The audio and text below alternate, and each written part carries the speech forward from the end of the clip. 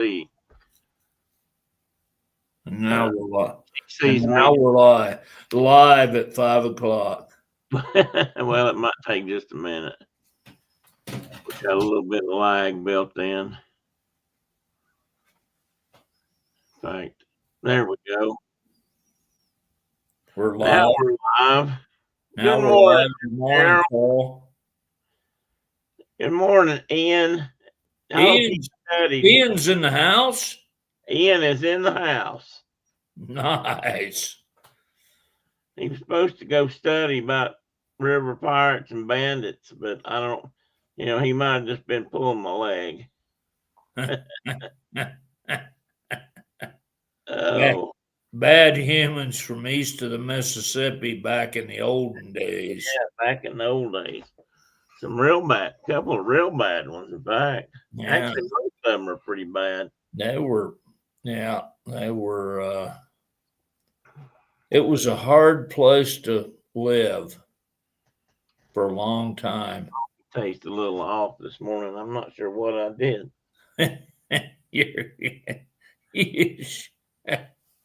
What?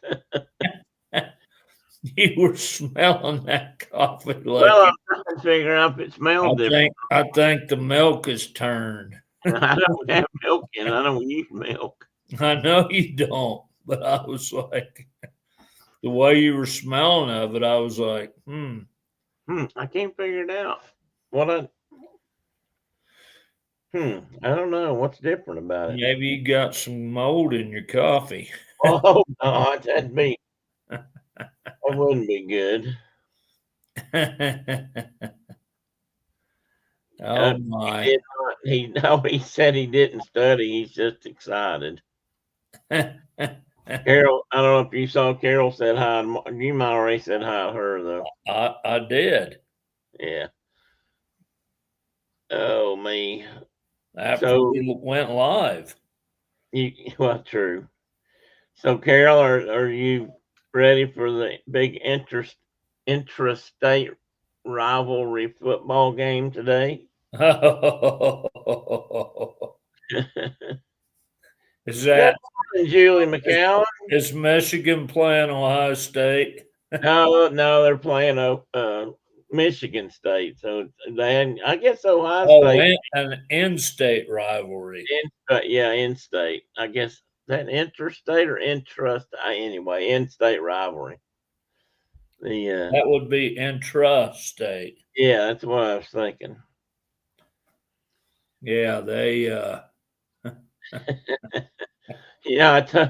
My buddy Steve went there. He went to there to get his master's. Julie, don't you have something better to do than listen to two of us? No, she don't. Don't say that. And I worked with another guy who actually played football up there at Michigan State, and he'd always come to the office. And when he'd come to the office, he'd always want to talk to Cottrell about football, because that's what he was.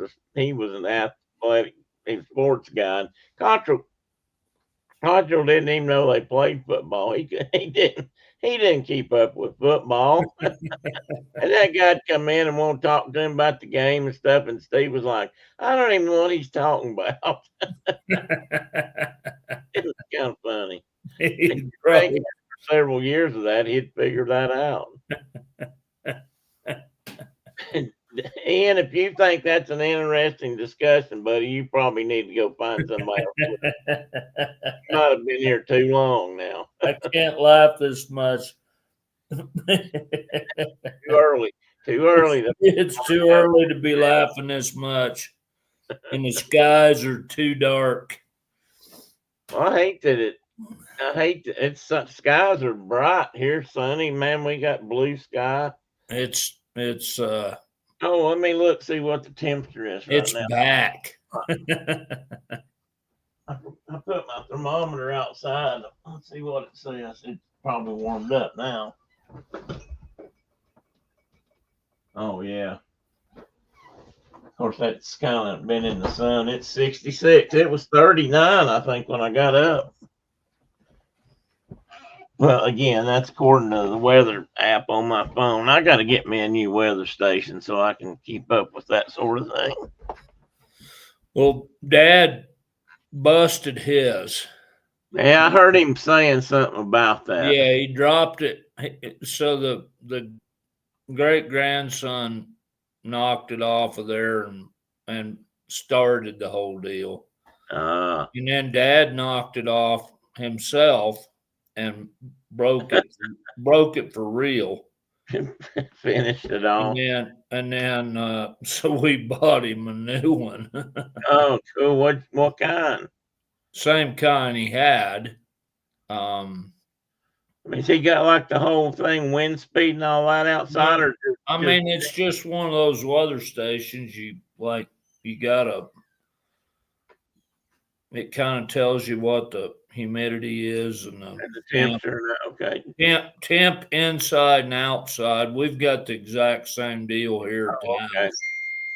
Good morning. Look here, we got maple bacon in the house this morning. It's been a while, buddy. Holy buckets! Yeah, sure hope you remember to bring donuts because he's on here because the Blue Jays like romped on the Dodgers last night. Yeah, they did. I mean that was a good old fashioned butt whooping there. Well, last thing I saw it was 11-4. I don't know what it ended up at. I think that's probably how it ended. I turned it off finally. I was like, well, this is not going to end well. We got John. Except for the Canadians, which would say it ended perfectly. All the way from Canada, I'm bringing you guys donuts one day. I swear to God.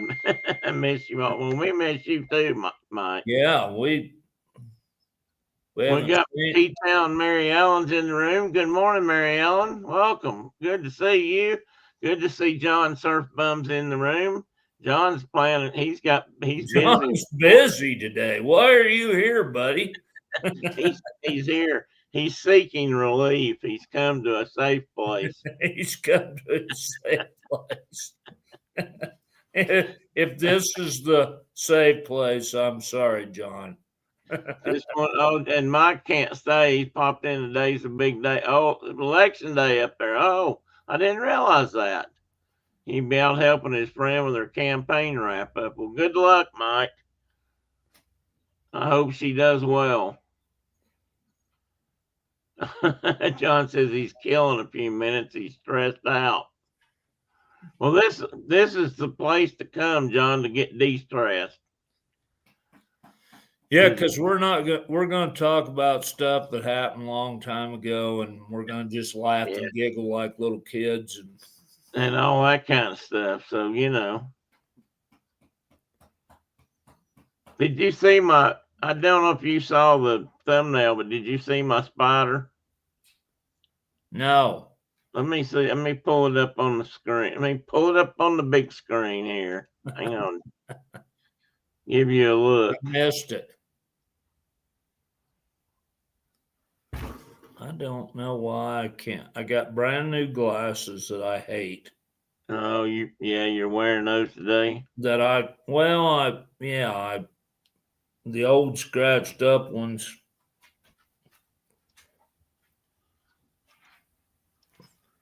I rolled over on them at Mom and Dad's when I was asleep and popped the lens out, and I gotta fix them. But look at that beautiful jumping spider. Look at her.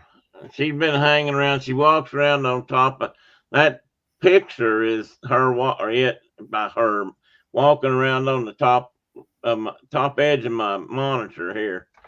And I sat here yesterday and watched her work back and forth, and I hadn't seen her this morning, but I'm trying to figure out what I can maybe catch to feed her. See if I can't keep her around for a while. We thought the cat face spider that bit me on the arm a couple weeks ago, 3 weeks Okay, ago. Mike, do that. Go ahead, Mike. I'm sorry, Mark. Anyway, that big spider that bit me that was down my sleeve and bit me on my forearm and put a big old knot and a big bruise. They can bite. Anyway, we thought she had died Had a and fly. crossed over the Great Divide. Was she showed back up and built a new web. Oh, So she's still with us. good. I'm kind of hoping mine's going to eat some of the flies and stuff around. The Lakotas call them Iktomi, and I love Iktomi. She's welcome here as long as she stops biting me. How's that spelled again? I can't. Iktomi. Iktomi. Okay, Iktomi. Or Yeah, something like that. Close anyway. She does catch flies, and anything that catches a housefly and kills it is my buddy. Your buddy. She can bite me like once every 6 months if she wants to, but Well, this one I was taking pictures of it yesterday and a little bit of video. I was trying to, catch it and doing whatever it's doing there. And I took a little bit of video and shot a few pictures. And when I have to say, jumping spiders, I really love them. They're a cool. I've never been bitten by one until then. But no. The cat face spiders aren't jumping spiders. They're you cat face that bit you. Okay. Yeah. I'm sorry. I thought you said it was. But jumping spiders to me are like, they hunt. They don't. They don't set up a web. They're not trappers. They're hunters. They're hunters. They stalk. I love watching them hunt flies and things. Anyway. Well, I thought this was kind of a neat one. It's just, I had a little black one that was hanging around on the. I think she was walking around on the door between the. They ain't all she's, dude. Well, no, they're not. I know, but are they like? The females are much larger. Yeah, that's what I was thinking. So, and these, I don't know my spiders, but I have a lot of them that are close to the size of this one. But I have seen the bigger ones too that we get in this part of the country.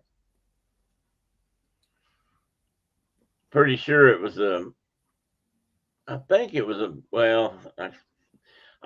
a big jumping spider, but it might have been like a wolf spider one day at work. I don't know if they all do this, but it was just covered with its young. They were all the young were riding around on its back, Right. And I thought that was so cool. And somebody else that was at the office came out and saw it, freaked out, and just stomped it right in front of me. I wanted to beat them over the head with something. Made me so mad. Like you're scared of spiders and you stomped it, and I'm scared of you, and I'm gonna stomp you now. Yeah. Well, it was outside. It wasn't like it was in the office. Hang on, man. I gotta hunt. I'm hunting now. But as you would know, my father would do the same thing. Exactly. Well, that's true. He's never been much of a spider liker. He's never met a spider that he liked. No, it's true. I forgot. I did forget about that. I can remember him killing quite a few spiders in the basement in Tennessee. How we came out of the same gene pool, I don't understand. well, maybe that's a sign of. But there's no doubt about it. If you look at us. No, that part's true. But there are other differences. That do make you wonder. Well, that's that mixing, that's maybe your mama's side of that makes you more spider. Well, and Mom doesn't like them either, so I'm just like, I don't understand it. Well, maybe two things made a maybe two I things made always it. loved critters, though. It didn't matter what they were. Oh, look at this place on my knuckle right there. What'd you do?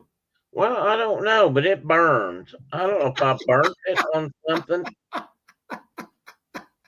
or if I scraped it, but yesterday I just started noticing it was. That happens more and more and more and more frequently with me. Like, where'd I get that bruise? I don't know. I don't remember doing that. How did I cut myself there? Ian made a comment a minute ago in chat that I don't know how far back he said something about. Did Mike already leave us? Yeah, he had to go. He was going out to help his friend on the campaign trail.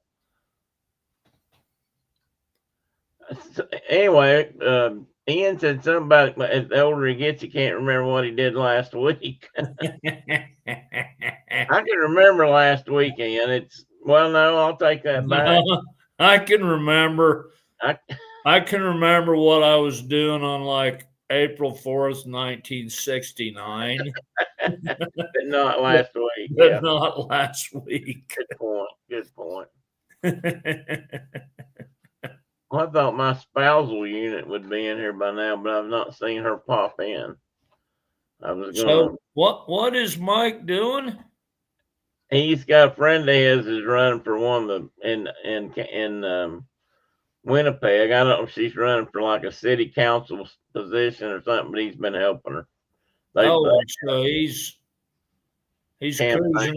cruising around in an RV today. Yeah. He's gonna send me a picture. They've got a camp. He needs to figure out how to get her to buy him a horse trailer. I don't think that's gonna happen. I really don't. I think if he now, I've never heard her say she likes horses. Now, if she liked horses, he'd have a shoe in. But if she don't care anything about horses, then I'd say that ain't gonna happen. No matter how much you and I try to explain it, it'd be great for the dogs. She ain't buying it. Is that his wife that's running? No, just somebody they know. Oh, okay. Back to the horse trailer. And see, some things never change around here. You can go away for months and come back. There's one like fact in life, Ian, and it's you can't have enough horse trailers. Constant. Because you're always blowing tires, whatever. Well, speaking of that, I didn't realize your dad's. I don't know. Maybe I did know it and I just forgot. But how big was the horse trailer he had that had living quarters in it? I don't know. It was big. I mean, he hauled like a couple of horses or more. You could haul probably 4 in it, and then he built the living quarters in the front of it. Oh, okay. So there was a time where that trailer would have taken probably 8 horses. Oh, cool, Ian. I didn't know you went to Disneyland. I'm sorry, Mark. 70 years of Disneyland. Somebody else was out there celebrating that. That's kind of cool. I only missed the first 2 years of that too. I'm not sure if that's a fun thing or not, but Disneyland. Yeah, Disneyland was 70. They started in 55. That's when it opened. And it was before World, right? The one in California he's talking about. Disneyland. Yeah, one of them's Disneyland and one of them's Disney World. Yes, yeah. Disneyland was the first one. It's the California park, and they opened up in 70. Was Walt still alive when World opened? No, not when they opened. He started it. He was around when they were starting to build it, but he passed. World was 71. Yeah, it started in 71 and he died in 65. Or no, 66. December 8th or early December, I think 66. I miss that guy. Yeah, I do too. The world misses that guy, I think. He definitely. Oh, John just got a hold of the cater. Oh, they're good. That's good, John. I'm glad to hear that. When the caterer goes missing, that's not a good thing on wedding day. That's not a good thing at all. I hope you're eating like the best seafood on the planet. December 15th, 66. That's okay, Ian. I was gonna say the 15th, and then because I think Walt Disney's birthday, I believe, was December 8th.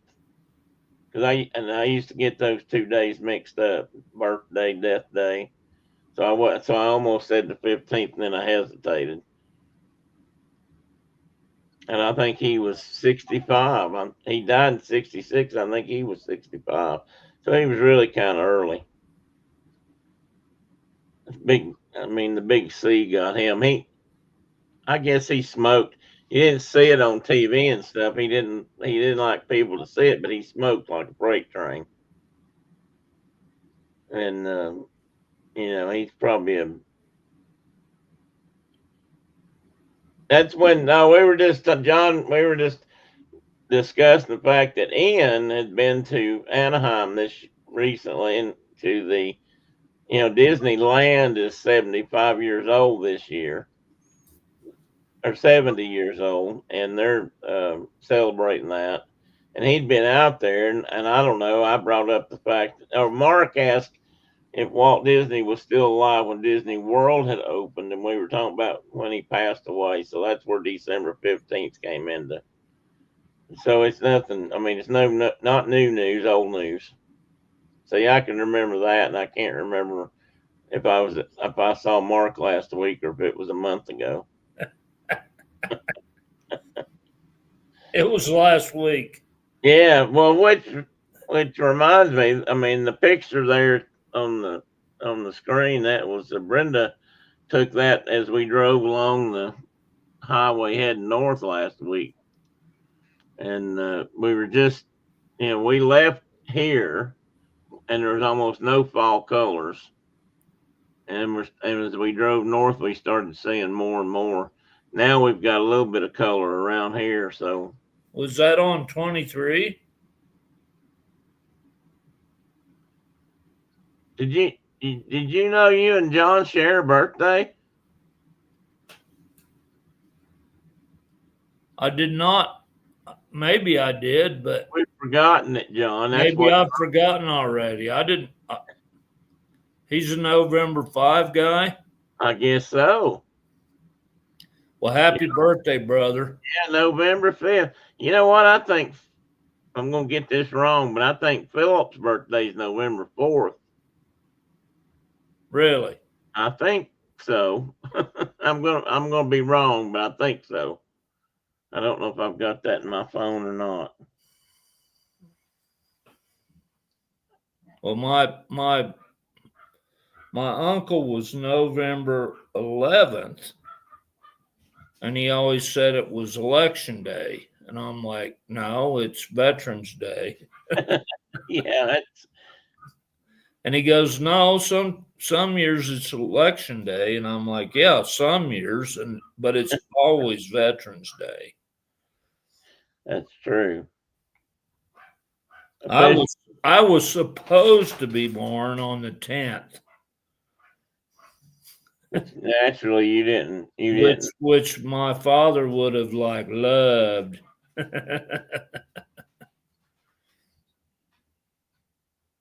Yeah, it is. Yeah, Phil's born on the. Born on the Marine Corps birthday. It would have been. I would have been the perfect child. Your dad would have loved. He would have loved you even more. He would love me even. He would love me and hug me and squeeze me and stroke my fur. John, I can't tell And what. I will name you George. John, I can't tell what that emoji is you put in the thing there. I got things set dark and I can't see it. Anyway, that was from the trip up last week, and let me see. I've got a couple more pictures of it here, I think. All I know it was great to see you. Yeah, it was. It was good to see. And your beautiful bride. I was so tickled, and my parents were so tickled. Yeah, it was good to see everybody. It's so hard for me to believe. I told Brenda, I said we really ought to go because it's been 2 years. It's been 2 years since I came out there and we moved Caitlin. Yeah. And it means it'd been longer than that since we came up to see your dad. Whenever you were at your dad's, it must have been the fall before that we came up when you guys flew in. Yeah, I think so. It was. I think it was maybe it was closer to Thanksgiving. I'm not sure, but well, it was in November because we were back there to go to the birthday ball, and so it would have been November. But then when we go back there for that, the leaves are all gone. Mm-hmm. Are you going back for that this year? No. I mean, that's just that's not too far away. Yeah, well, that's what I was thinking. So here's a couple more pictures. I put this in there because that's what Brenda, because we drive through the mountains, Brenda's always referred to kudzu as the nature's topiary or kudzu topiary. Where's that at? That's somewhere along the interstate. There was just one spot we came through along in Kentucky where they still had quite a bit of kudzu. But either I took that other one or she did. I can't remember, but I put that in there because I've just always loved one thing about these mountains is they just seem like they just go on and on, I always thought it looked like it was just folded up one after another. And of course, that's not higher. You don't get, there were a couple places along the highway that we had a really good long view across mountain after mountain range after mountain range, or ridge after ridge. I do love the country. People that live out here are like, well, there aren't mountains back there. And I'm like, have you ever been there? Well, no, I've never been there. I'm like, then you don't know what the heck you're talking about. No. Because I'll guarantee you I could hump you up and down those and wear you out. Yeah, I promise you, they're rougher than they look. Fighting vegetation, and you got no idea what you're talking about. Nope. And I think I got another one here too, Carol. I wanted Brenda to be here for this one because she took. We stopped a little, and Jenkins. I think this again. I need to look this up. I think this is Kentucky though, and she took a picture of that sign because that sign's all about how the town of Jenkins was built on coal, probably literally. And I was looking at that photo at the top, and I'm looking at mountain tops over there that are probably shaped by coal mining because they look like they've been mined off on one side. That's the thing about that part of the Appalachians where they've been mined. I mean, tops of mountains are gone. These probably used to be higher, and but what they call mountaintop removal is a real thing.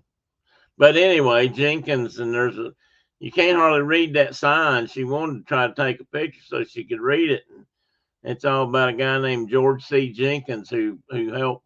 He was from Baltimore, and he helped create the town of Jenkins. I have mixed feelings about that because I remember a lot of bad things about those early mining towns, and there's good things about them too. But like I went someplace with you and your dad once up at towards I think it was up towards Athens, but not. It was I can't remember where we were going. Some paper, maybe some maybe Mead Paper Company land or something. And there were some beaver ponds, but I remember along the road we stopped at what was what used to be a mining town, and the old company store part of it was still there. I think anyway. I remember your dad or somebody or you telling me that they'd found like the old company coins. Oh yeah, They used to pay in the script or whatever, but some of them were coins, and the only place you could spend them was at the company store.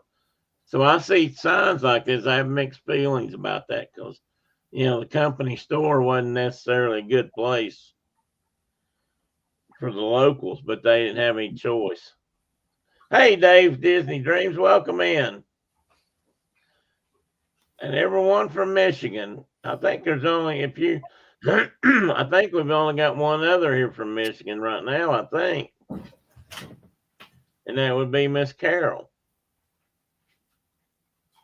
But we don't hold that against her. Well, Carol, I talked to my aunts that are Ohio State fans and said, we have a friend on our deal that would love to come sit and watch football with you guys. Oh, Julie lives in Michigan too. My bad. Excuse me.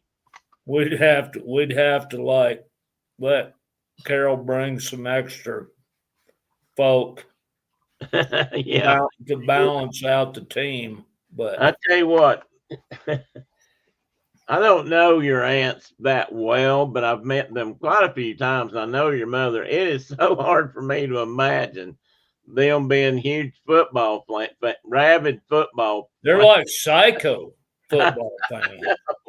And they just don't seem like the type. I mean, well, it's just like my grandmother. I don't think you probably ever met my grandmother, but no, I didn't. You would never have looked at that woman and said, you're like a sports fan. And if the Cincinnati Reds were playing, you didn't need to talk to her or nothing. She was going to be watching baseball. I didn't know Dave is sitting in Michigan right now too, so that's three people. We may be outnumbered here. Dave's in Michigan too. Now? Yeah, he is. Well, he is right this moment. And Ian says he went through Michigan one time on a train about 30 years ago. That don't count, Ian. That don't count. I mean, I've been through Michigan we spent 2 or 3 or 4 days there. Yeah, that's true. Now we did. Mark and I spent 3 or 4 days up there one time when the truck broke down. Does that count? We had to get a new tranny for a new transmission. Yes, we did. For the old power wagon. Dave's up on vacation. Yeah, we were just getting ready to cross the big bridge at Mackinac. Well, I think they call that the Big Mac or something. Anyway, we were just getting ready to cross that thing, and there's one ramp there that drops off into the Mackinac, the town. And if we'd gone past that, I just cannot imagine what that would have. We'd have been stuck out there on that big old ginormous I bet bridge. that, and I'm sure that I'm sure the people that go out there and tow people off that bridge don't do that for cheap. They're not doing it out of the goodness of their heart. No. Carol said that Buckeye fans are crazy. Oh, Ian, you can't. I don't think you can call yourself a seasoned Michigander at this point. Now, I must defer that to Julie, Carol, and Dave, because Dave is from Michigan originally. I know that, so it would be up to them to decide. Shouldn't be up to me. So, Carol, my mother is not a sports fan. Bull riding, but not baseball or football or anything. But she she has three little sisters, and they all three of them are psycho Buckeye fans. I just can't. It's not even fun to be in the room with them when the Buckeyes are playing. Oh man. Especially if things are going badly. It's like I bet. you just don't want to be around them. Carol says, Ian, you were this close. Then you mentioned the Buckeye thing and blew your chances. Hey, yeah, see, that's the thing about Michiganders, Dave. Ian, they take that Buckeye thing seriously. The Ian says, I root for Wolverines over that team. Oh, well, see, now, there you go.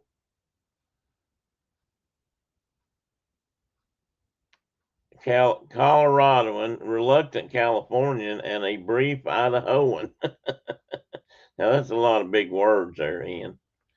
Julie says, I've lived in Michigan for 25 years and haven't been to Mackinac. Well, now, Julie, you need to do that. I'm going to assume you're in the lower part of Michigan, not the upper part. Mackinac's a neat place. The whole area there I thought was really neat. And that bridge is quite impressive. But see, I'd never seen the Great Lakes before that trip, and we went up and camped on the shore of Lake Huron because we were up there, like I said, for 3 or 4 days waiting on a transmission in a truck, and I remember seeing a big ship, what I'd call ocean going size, but Great Lake size merchant ship going by, and I was just mesmerized. And we were in a canoe when that happened. Yeah, we were in a canoe, which made it seem a whole lot bigger probably than it really was. And we turned around and surfed all the way back to the shore. To the shore, yeah, we did. All good, Carol. Your team romped on my beloved Huskies last week. Now, wait a minute, Ian. Which Huskies? There aren't any Huskies from Colorado, are there? I thought there were Buffaloes and Bighorns or Rams or something. Greenies. Well, Greenies, but that's different. Ian said, although he did play cornhole on OSU board once. University of Washington. Yeah, I know, but you didn't mention that on your list of things you've been. You didn't say Washingtonian, I don't think. So how did the University of Washington come into play there? Just cause? He's a fan.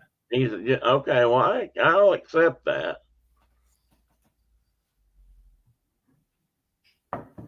His mother did her master's there.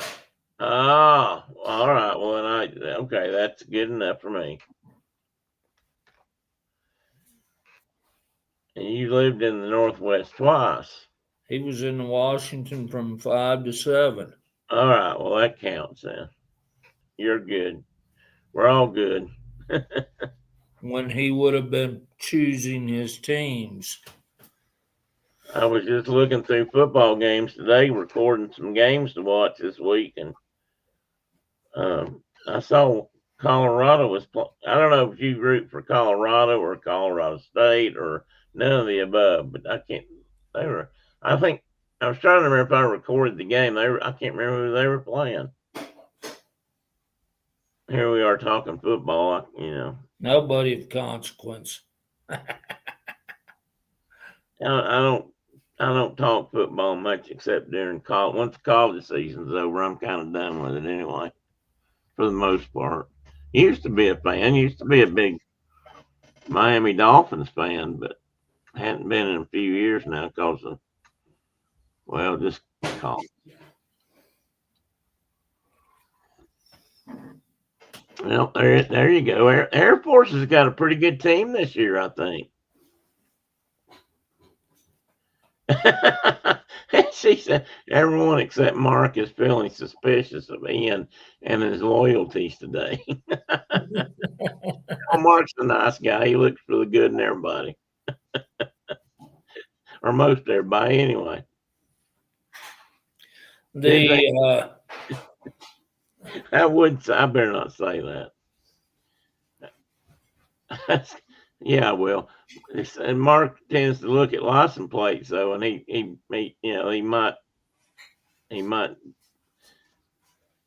might judge you that way, Ian, because you got one of those green license plates on your car. I bet. If you got green license plates, you're a greener. You're a greenie. Oh man, let's see what my next picture was. Okay, this is some more of that country, but Ian's welcome to come up here anytime. Well, there you go. See? And hang with the poor country people. Mark can judge all he wants there. It makes mostly black now. Well, we've done that too, Ian. And I don't know why. Maybe it's cheaper. Gonzaga's not real, Ian. You know that's made up. A couple years ago, Jimmy. That's made up. Who was it? One of the nighttime TV hosts. I can't think of his name. He got on this thing about Gonzaga because they were always, in basketball, but nobody knew anything about them. Where are they even from? And they were like, are they really people on a campus, or they just made up? They're just a basketball team from somewhere. They're like the Globetrotters running around playing basketball. And they're not really from anywhere. Yeah.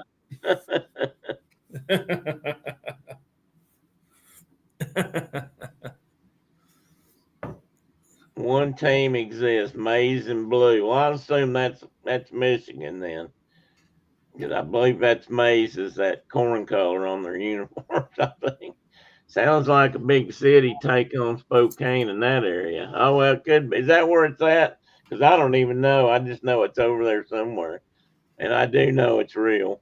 Ian, I just couldn't resist throwing that in there. Jimmy Kimmel, that's who it was. He did all. If we're going to talk colors now, let's go brown and gold. Go Pokes. And John's not in here to help root for you there. Now let's see. Is that where you went? Not you. You didn't go to school there. Is that in Laramie or is that? My wife did. Your wife did. But is that Laramie or is that Cheyenne? It's in Laramie. And that's the University of, right?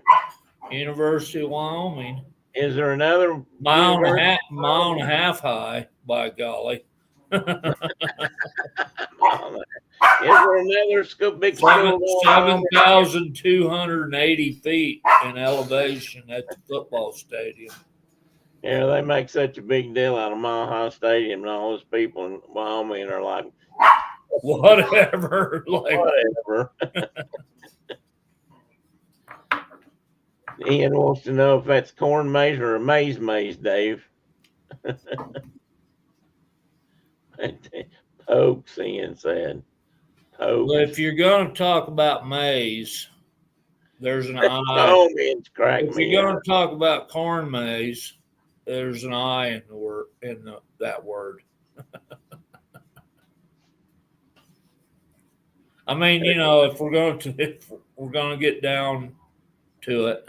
Wait a minute. Julie went to Austin P. You were down in this country then. That's Austin P's in isn't it over around Dover? Over near the land between the lake part of the country, isn't it? Am I getting my universities mixed? I have been on that campus. I'm trying to think where I drove through it. When I lived out in Nashville, I drove by there, I think, going to a motorcycle event. Correct. Carol says correct, Mark. Maze, she spelled it. The other kind is just where you go, there my wife is. Good morning, Miss Brenda. Ian says, but sometimes grammar can't stand in the way of the joke. That's a good point. That's a good point. That is a good point. That is good. That's correct, Ian. Thank you for throwing that in there. Lighten up the mood there.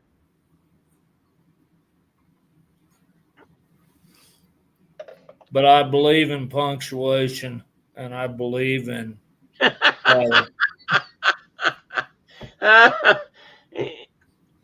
Julie said she went to Austin P State University in undergrad in Tennessee, and their cheer at ball games is "Let's go P."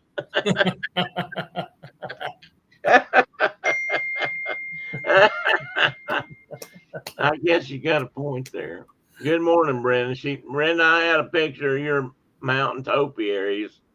Yeah, it's in Clarksville. I couldn't think of the name of the town. That's where 101st Airborne is by too, and but I couldn't think of the name. You guys could have stopped right there where that one photo's taken. Yeah. And found fossils right there. Well, we started to, and we ended up not. I don't know why, but we didn't get out. Wild Cow is not happy with you two right now. No, he probably isn't. That's a good point. Let me see if I can back this up here. I was going to show Brenda. There, I had some of your topiaries there, Brenda. Last train to Clarksville. Who named that tune? Ian, now tell us who sang that. I had some of them that were decent.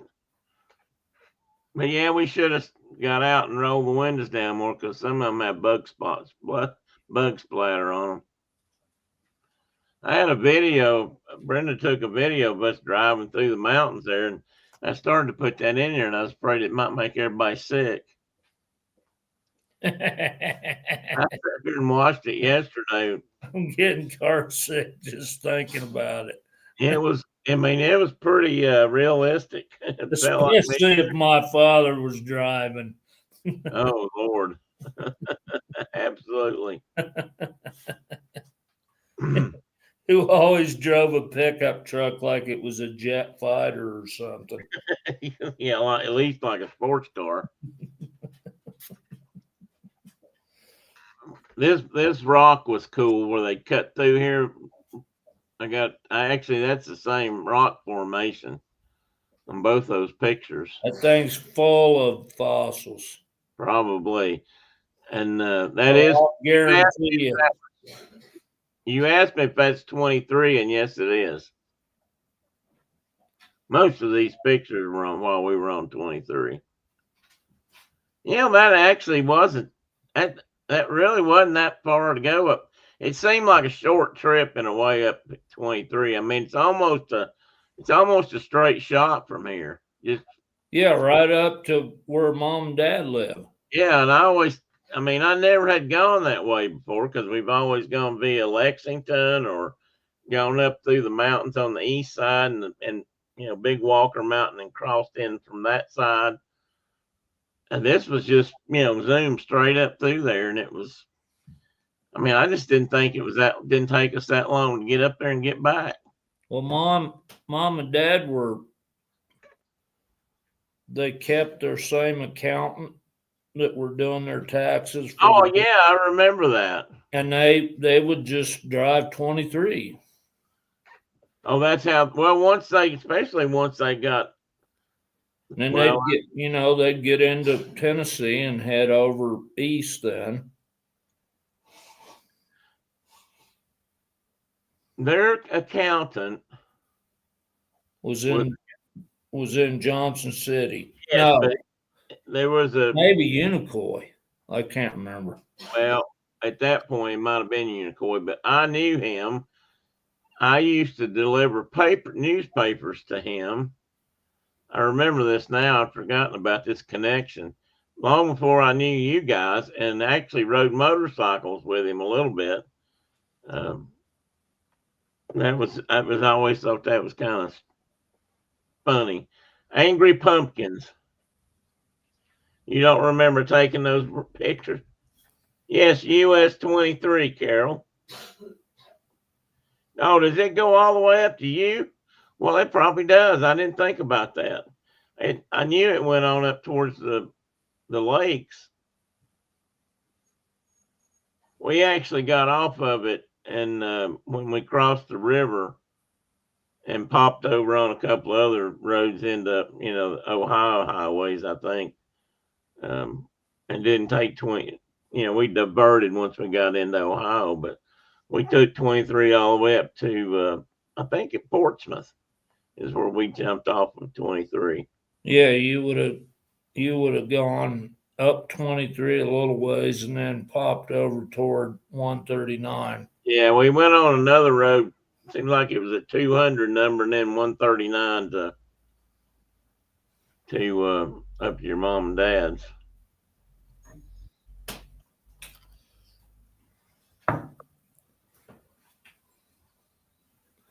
But it's still the holler. I'm waiting on, man. I hear everyone. It is still way rural Appalachia. Oh, her husband was stationed at Fort Campbell. So was he 101st Airborne, Julie, or was he? There's a helicopter. I don't know who the helicopter group is. It's based out there. The daggone Night Stalker guys, I think, are there. They might be. Or maybe they're at Eglin. I can't remember. Without cheating, I think Beatles, the Beatles. Well, actually, you're right. I was thinking somebody else, but I think you may be right. Yeah, so guess what? I forgot about this. I was thinking about shows, and while it's not going to be the main theme of today's show, I couldn't help but put a few pumpkins in here when I realized it's only like, 6 days to Halloween. And I was thinking about what a huge thing Halloween's become. Across the road from us, we've got a coven of witches that are out there every night dancing around their fire.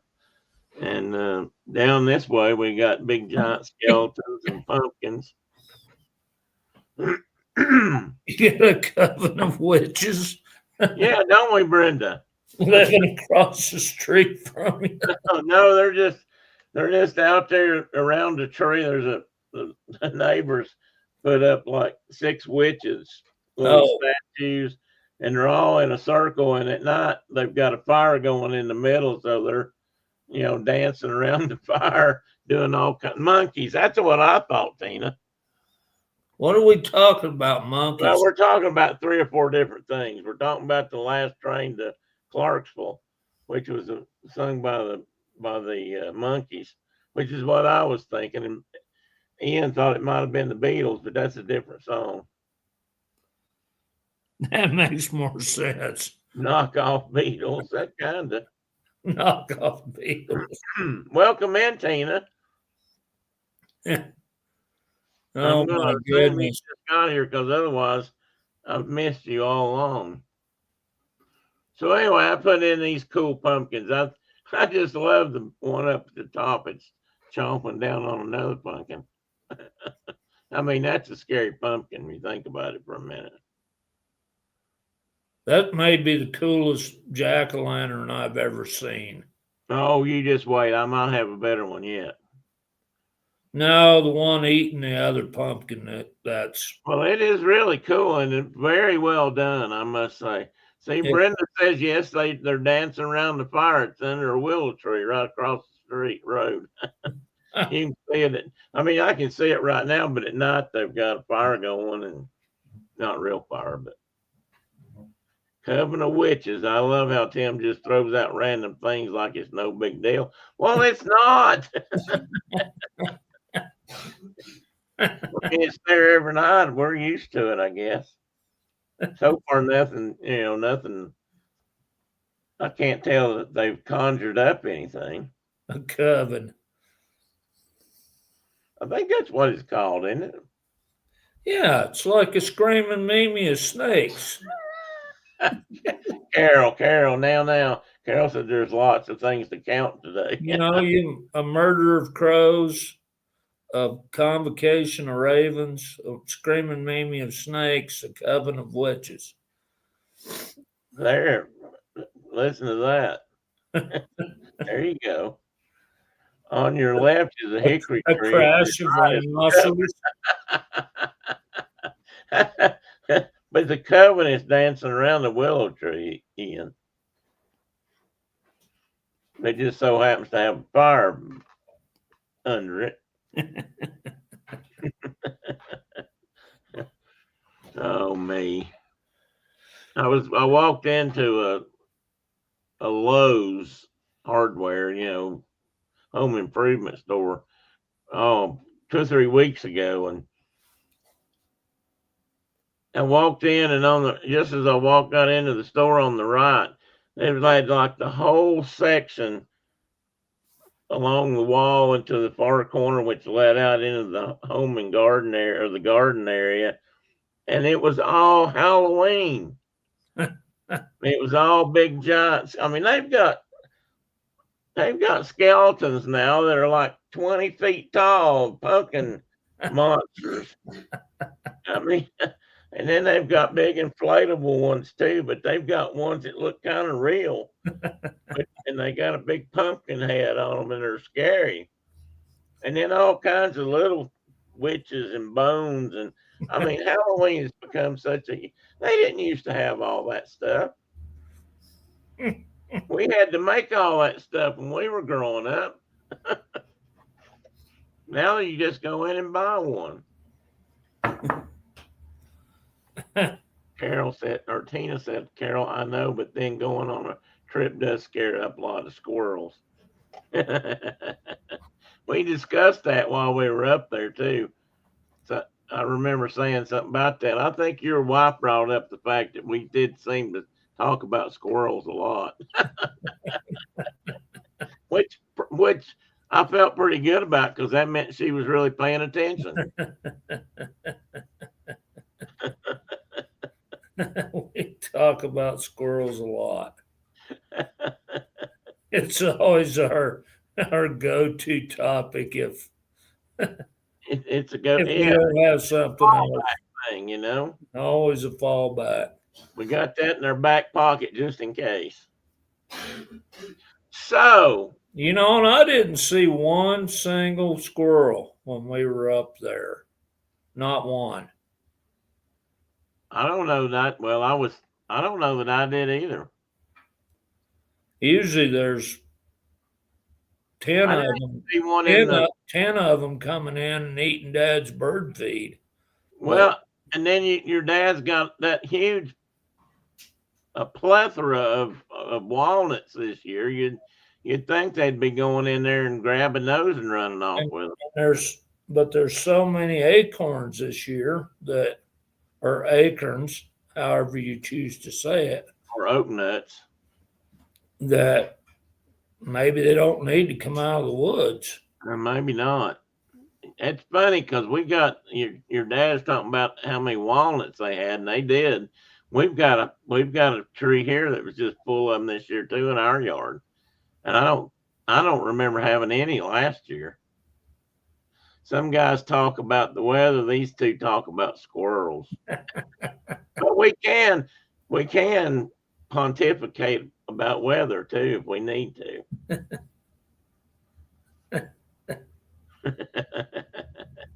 So anyway, I started talking about pumpkins and Halloween, but I didn't. But I could not resist bringing in a few of these really cool. I mean, I'd love to be able to. I just, I just love to be that talented. Some of these are Disney pumpkins. There's the Cheshire Cat and Stitch. I love the skull, the candy skull. What are they? There's another name for those. But all the other ones, there's Snoopy. I don't know. I don't know what that guy in the middle there is, but I've seen that character somewhere. And Batman down in the corner or down at the bottom. I just thought those are really cool. I mean, these people that do this kind of stuff for content. Brenda says they're waiting for the cars to drive over those walnut things. You know, that Brenda, she's not kidding about that. My parents used to go collect walnuts. They'd pick them up along the road and stuff because mom liked to bake with them sometimes. I mean, black walnuts are really good in certain confectionery delights. But getting to the walnut meat, the fruit, what's inside is really hard because walnuts are really nasty to begin with, and once you get that stuff on you, you just about cannot get it off. The stain, and then the shell itself is extremely rough. But mom and dad would get them and they'd lay them in the driveway, and literally we would run over them with the car for weeks, just leave them out there until they smashed all the hulls off and they'd dried up, and then we go out and pick the walnuts up out of the, you know, off the dried up shells, and then we'd start cracking the walnuts. And I just remember man, those things are tough. But running over them with a car is a traditional method of removing the husk or the hull or the outer casing of a walnut. Which is where all the stain is. Which is where all the stain is. And boy, is it there too. Boy, is it don't know about that, look it up, because walnuts are not black walnuts. Yes, let me make sure I point that out. We're not talking about the other wimpy kind. Oh, they make good. Yes, they go well in fudge. They sure my goodness! Stop it! Stop it! So anyway, running over walnuts isn't accepted, at least the Appalachian hillbilly method of getting the husk off. I've seen lots of people do that. And it takes weeks to do it too. You got to run over them a lot to get them all smashed down. So the other thing we were going to talk about today, now that we've, spent all this time talking about other things, was some of the, and I've told that this has come up before, this topic, so I thought I'd expound a little bit upon this and talk about the fact that the first American Wild Wild West was not cowboys and Indians across the Mississippi on the plains of Texas or Nebraska or Wyoming.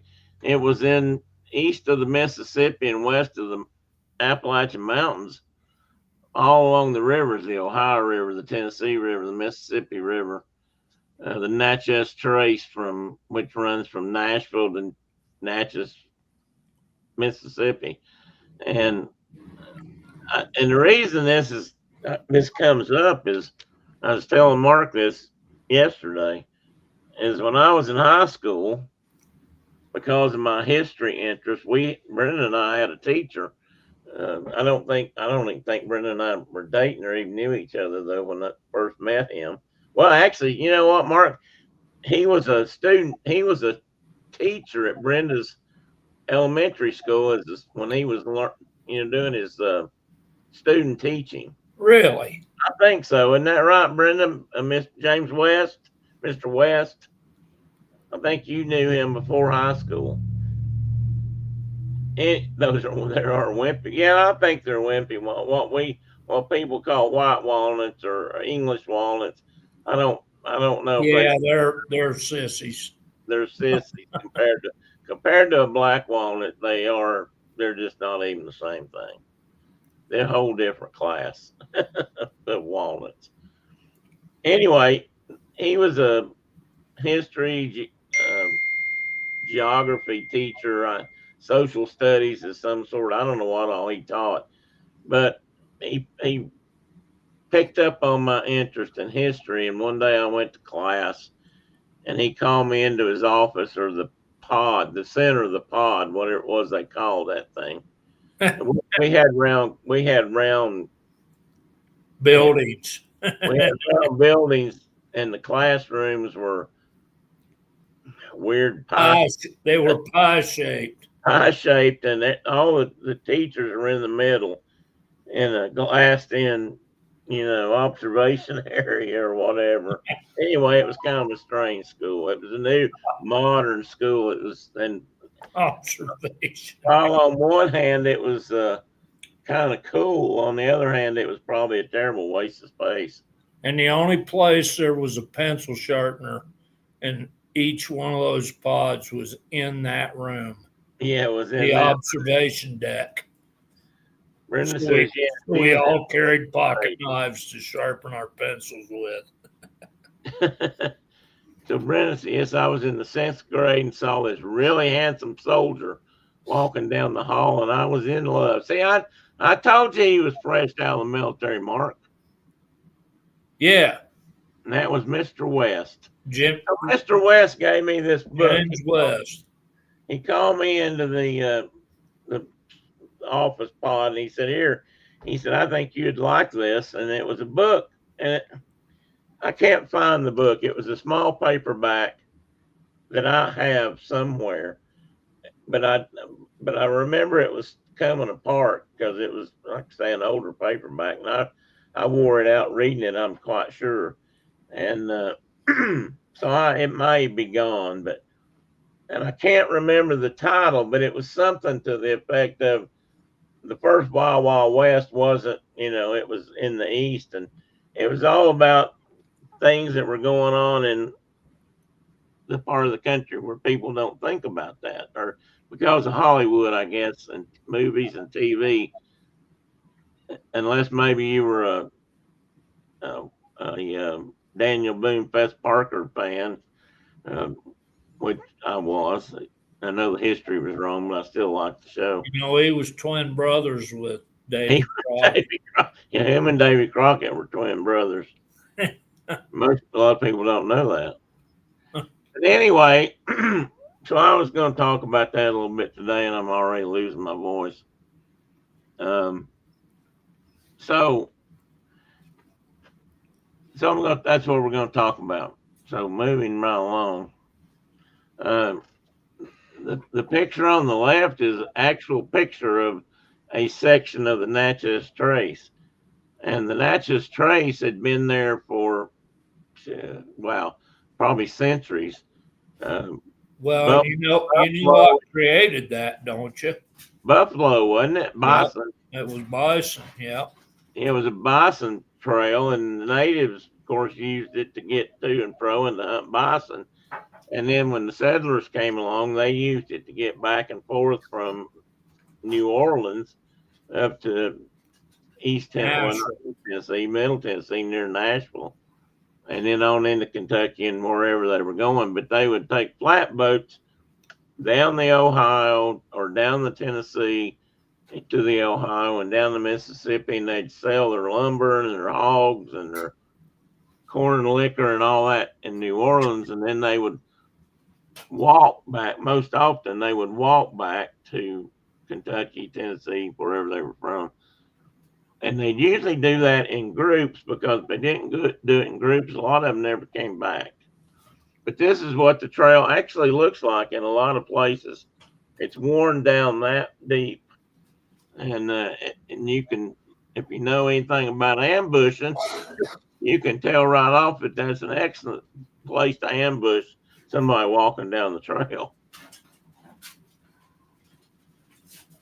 So Natchez Trace was a hotbed for bandits and thievery, and usually what people would try to do is go to New Orleans and then gather up and get as many people as they could to go back as a group for safety.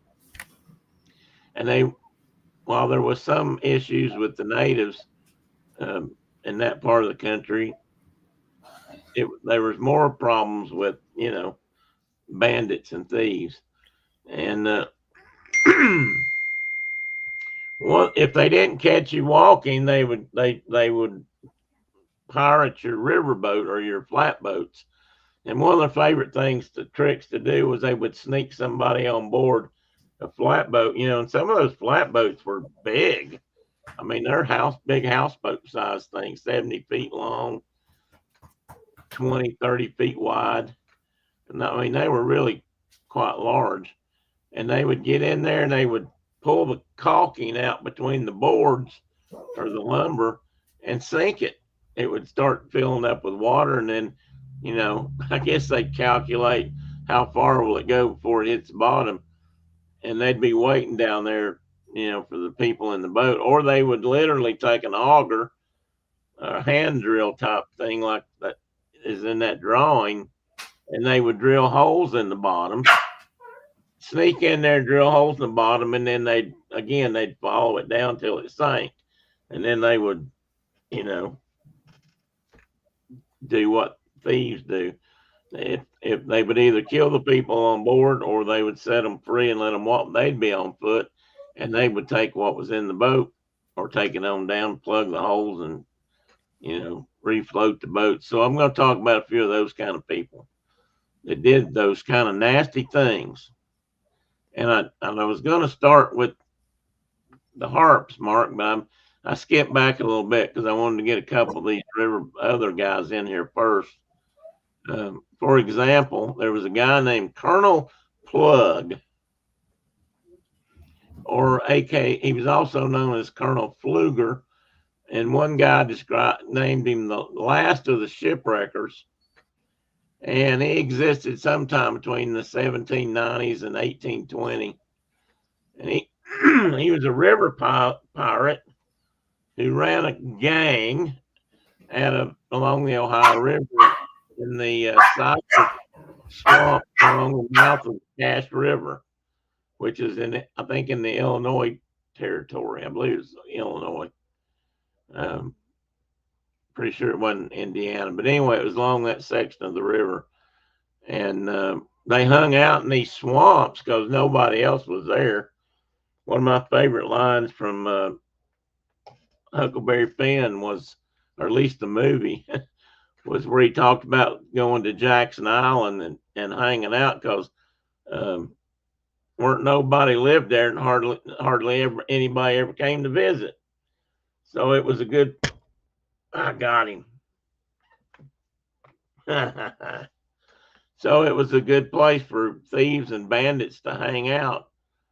And this Cache River area was named by the French voyeurs, the guys that we've talked about paddling the big canoes, because it was just kind of a secret place.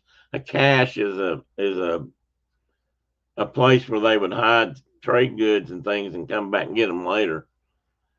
And so the pirates like to hang out in places like this. So this area, and then one of the most famous areas they hung out was this big cave, which was known as the hole in the river, hole in the cave in the rock, or hole in the rock. And they make it, if you've been to Disneyland, I think both in Disney World, they have a It's the old, what used to be the riverboat ride, which is no longer at Disney World. They had a cave like this where, they showed it as a place where the pirates hung out.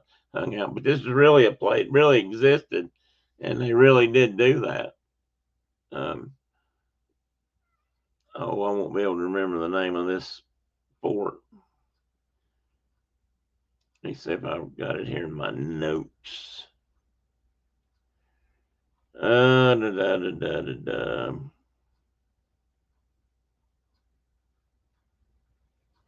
Nope. I do have it though here. This fort was built along the river in that same area as the hole in the wall or the cave in the rock, whatever they call the thing. I'll have to look that up too here in a minute. But they built that fort, and that whole reason that fort was there was to try to protect people going up and down the river. Fort Mazick, downriver from Cave and Rock, and which was above the Cache River. And they built that fort and had troops there trying to protect, the settlers. It didn't often, but somehow or another, it didn't often work. What I've never been able to figure out was this place existed everybody knew about it, and yet thieves and bandits continued to use it as a hideout. I never have really understood that, but it happened and went on for quite some time, probably at least 100 years into the early 1700s into the early 1800s. This was a known bandit hangout, and Colonel Plug was one of those guys. And why they didn't just go in there and blast it? Yeah, that'd be a good. They could have done that and gotten rid of it, but I don't know. It was just always kind of there. And Colonel Plug, golly, man, my throat. Hang on a minute.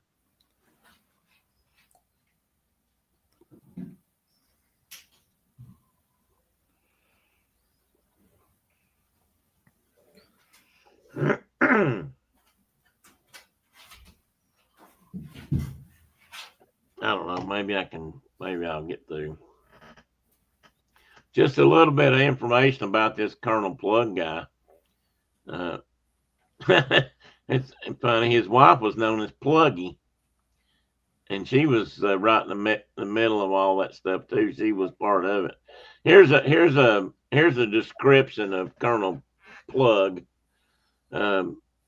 According to a Cincinnati newspaperman, Timothy Flint, in 1830, he described Colonel Plug as being of youth of broad red cheeks, muscle and impudence, and withal abundantly stored with small talk. From 18 to 21, he was a decided favorite with the fair ladies, love affairs being reputed remarkably slippery in regard to the grace and perseverance.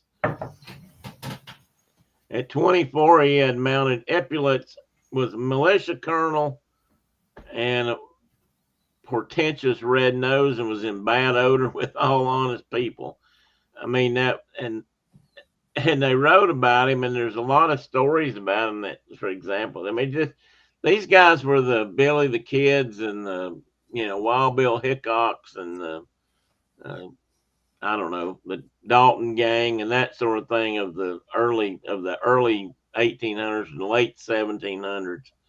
And so stories were written about them too, just like the other guys.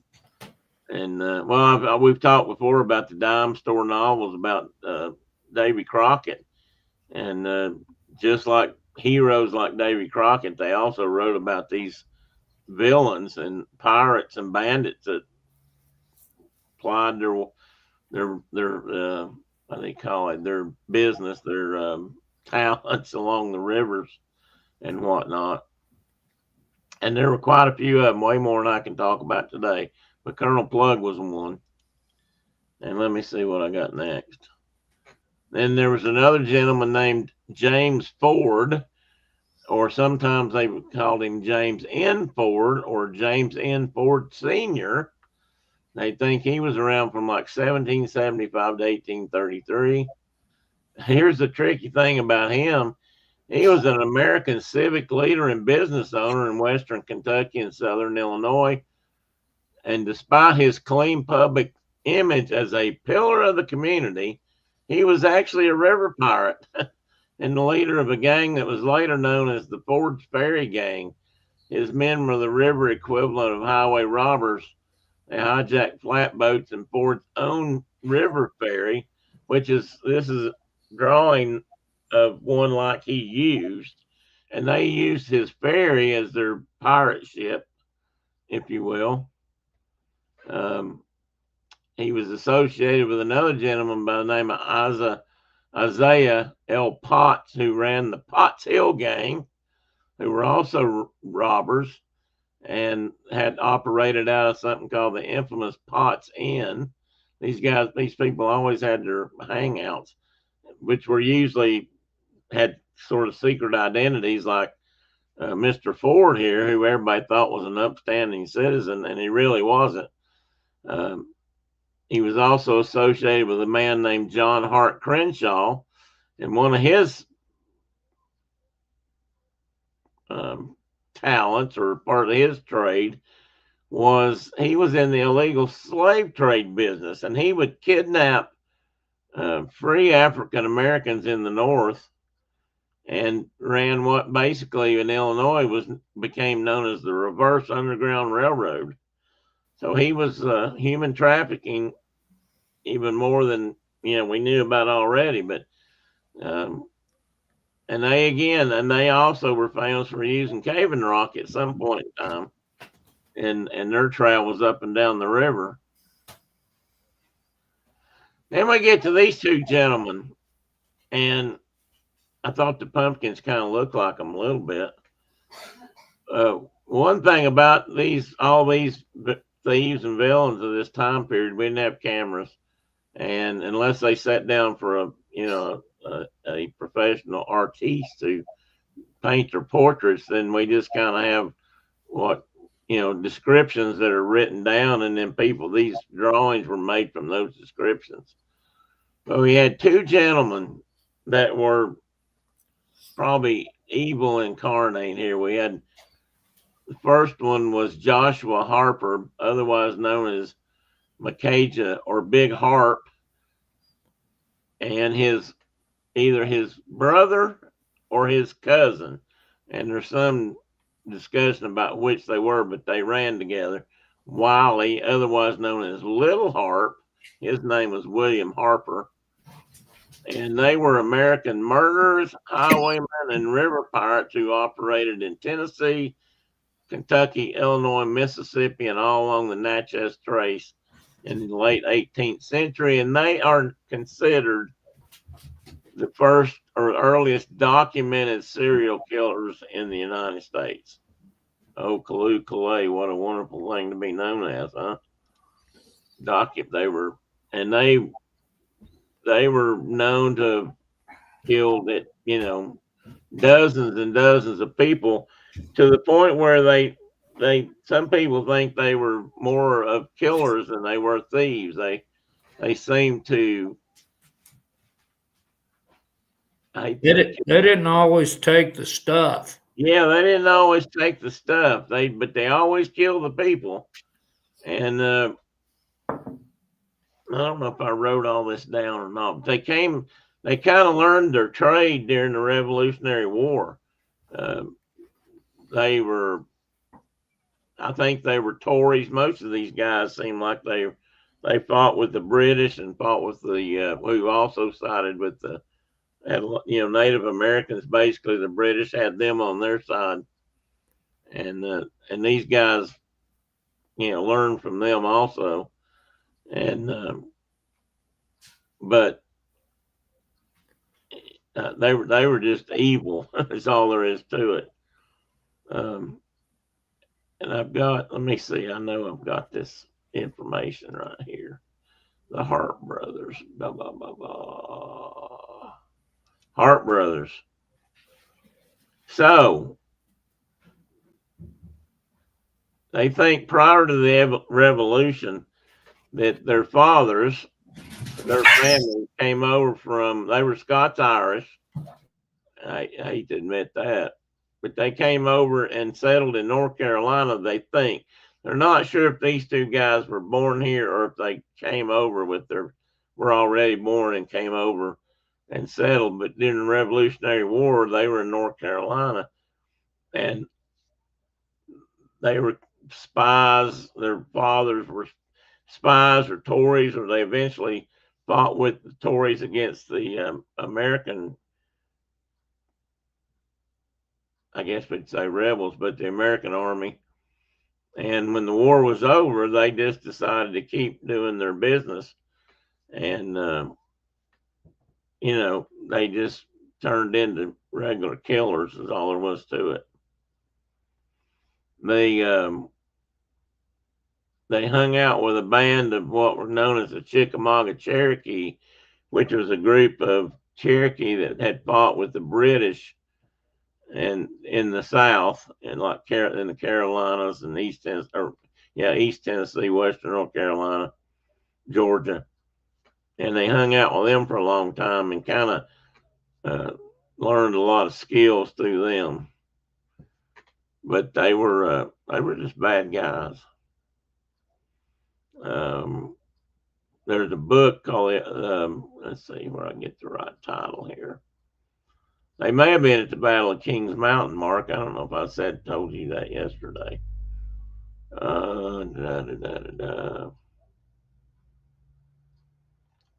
Well, there's a book that talks about them a lot too. They were known in the 1797 era or time frame. They began what they were considered a vicious crime spree through Tennessee, Kentucky, and Illinois. Again, wow, what's something to be known for. They confessed to the killings of at least 39 people, but the estimated combined total, including unknown victims, may number more than 50. And I would bet that if they were that bad, there was probably way more than that nobody ever knew about.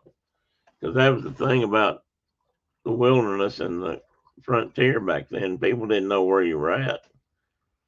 And people just didn't come home. They might head off to New Orleans to sell their furs and, never made it back, that sort of thing. So it was a rough time in that regard. At one time they lived near Knoxville. So right around us.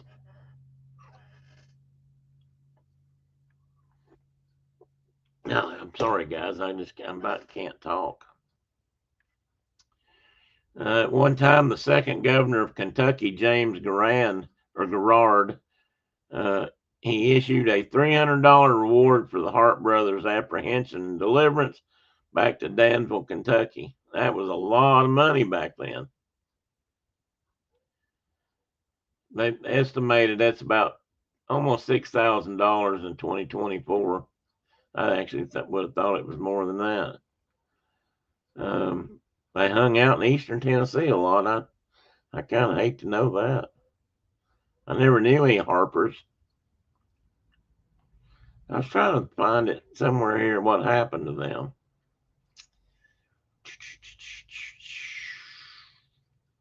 Because some of these guys hung out together, different pirates and bandits, and somebody would offer up a big reward for them. The next thing you know, one of the other bad guys would bring them in across a horse and, collect the reward, because there wasn't much honor amongst these guys.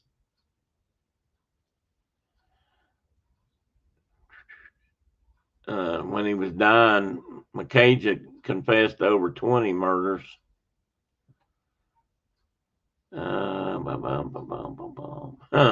Somebody, Moses Steele, slowly cut off his head.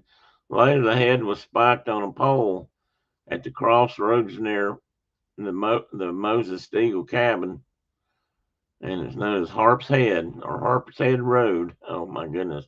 That was in Webster County, Kentucky. Live by the sword, die by the sword. Isn't that what they say?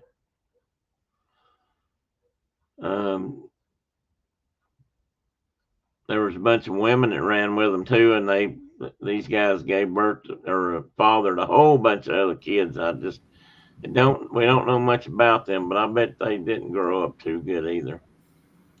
So anyway, those guys were running around this part of the country, and there was a gentleman by the name of Samuel Ross Mason, who was also a Revolutionary War veteran. He was actually a Virginia militia captain, just as a peace frontier leader, and later a figure associated with river piracy and highway robbery. Somehow these things just kind of led to another. And he was best known as the leader of the Mason gang, who was active along the lower Ohio and the Mississippi rivers in the 18th, 19th centuries. And he was famous again for being linked to the cave in the rock area. And he was one of his favorite things. He was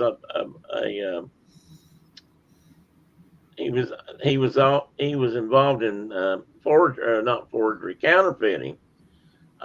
Who knew that? I mean, that was a big deal back then, counterfeiting money. So I guess once they started printing paper money anywhere, people counterfeit it. And I thought I had another story about him, but maybe not. Find the right picture. So I thought this picture kind of looked like him a little bit, this pumpkin right here. That guy's chewing rats. I just realized that.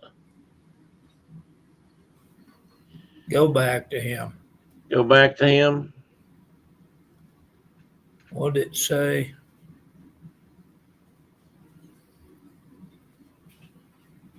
I'm trying to read here. The bottom part or the top part? Just hang on. Okay, I'm hanging on. I need to talk. I need to shut up a minute anyway. He was hanged by Bannock vigilantes. Oh yes, he was.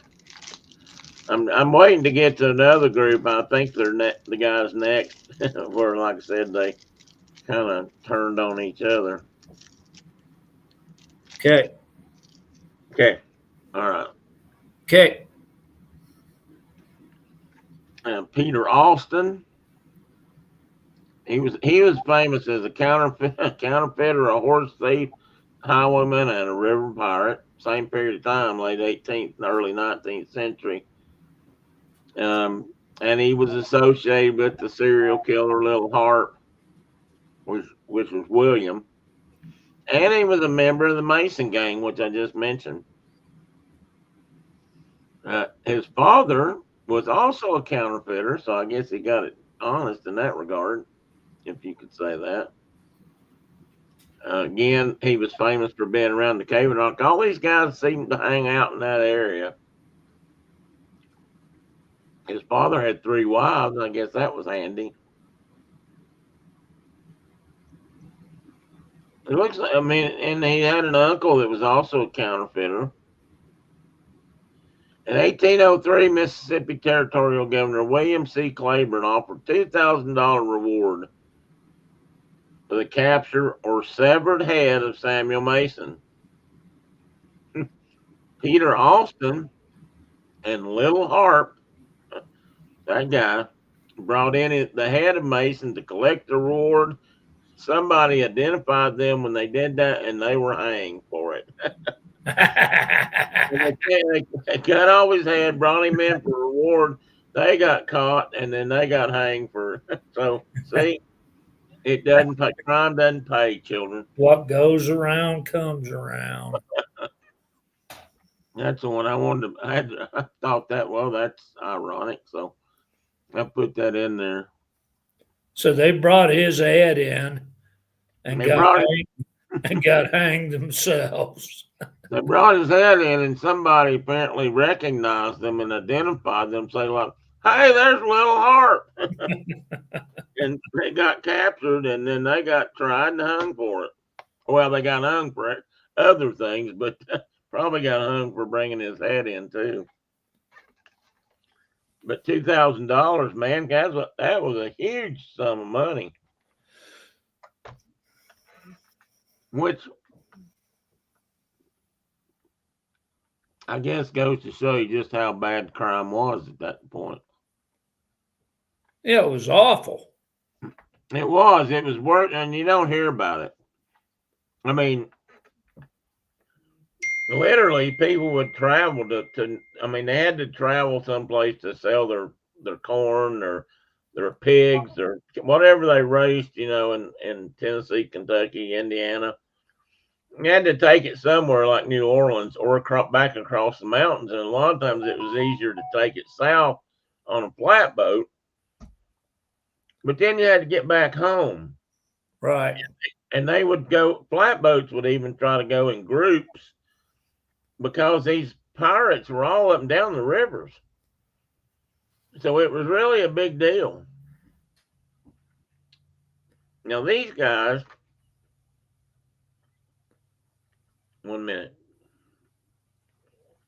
I put a peppermint in my mouth trying to see if it'd help my throat. I knew I couldn't talk.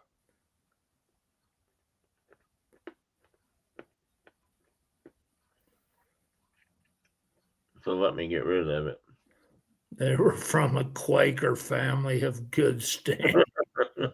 Think about that for a minute. And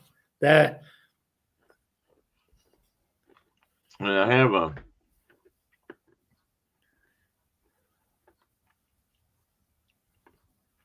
have a story about that too. Oh, I hope I didn't delete it. The Dones.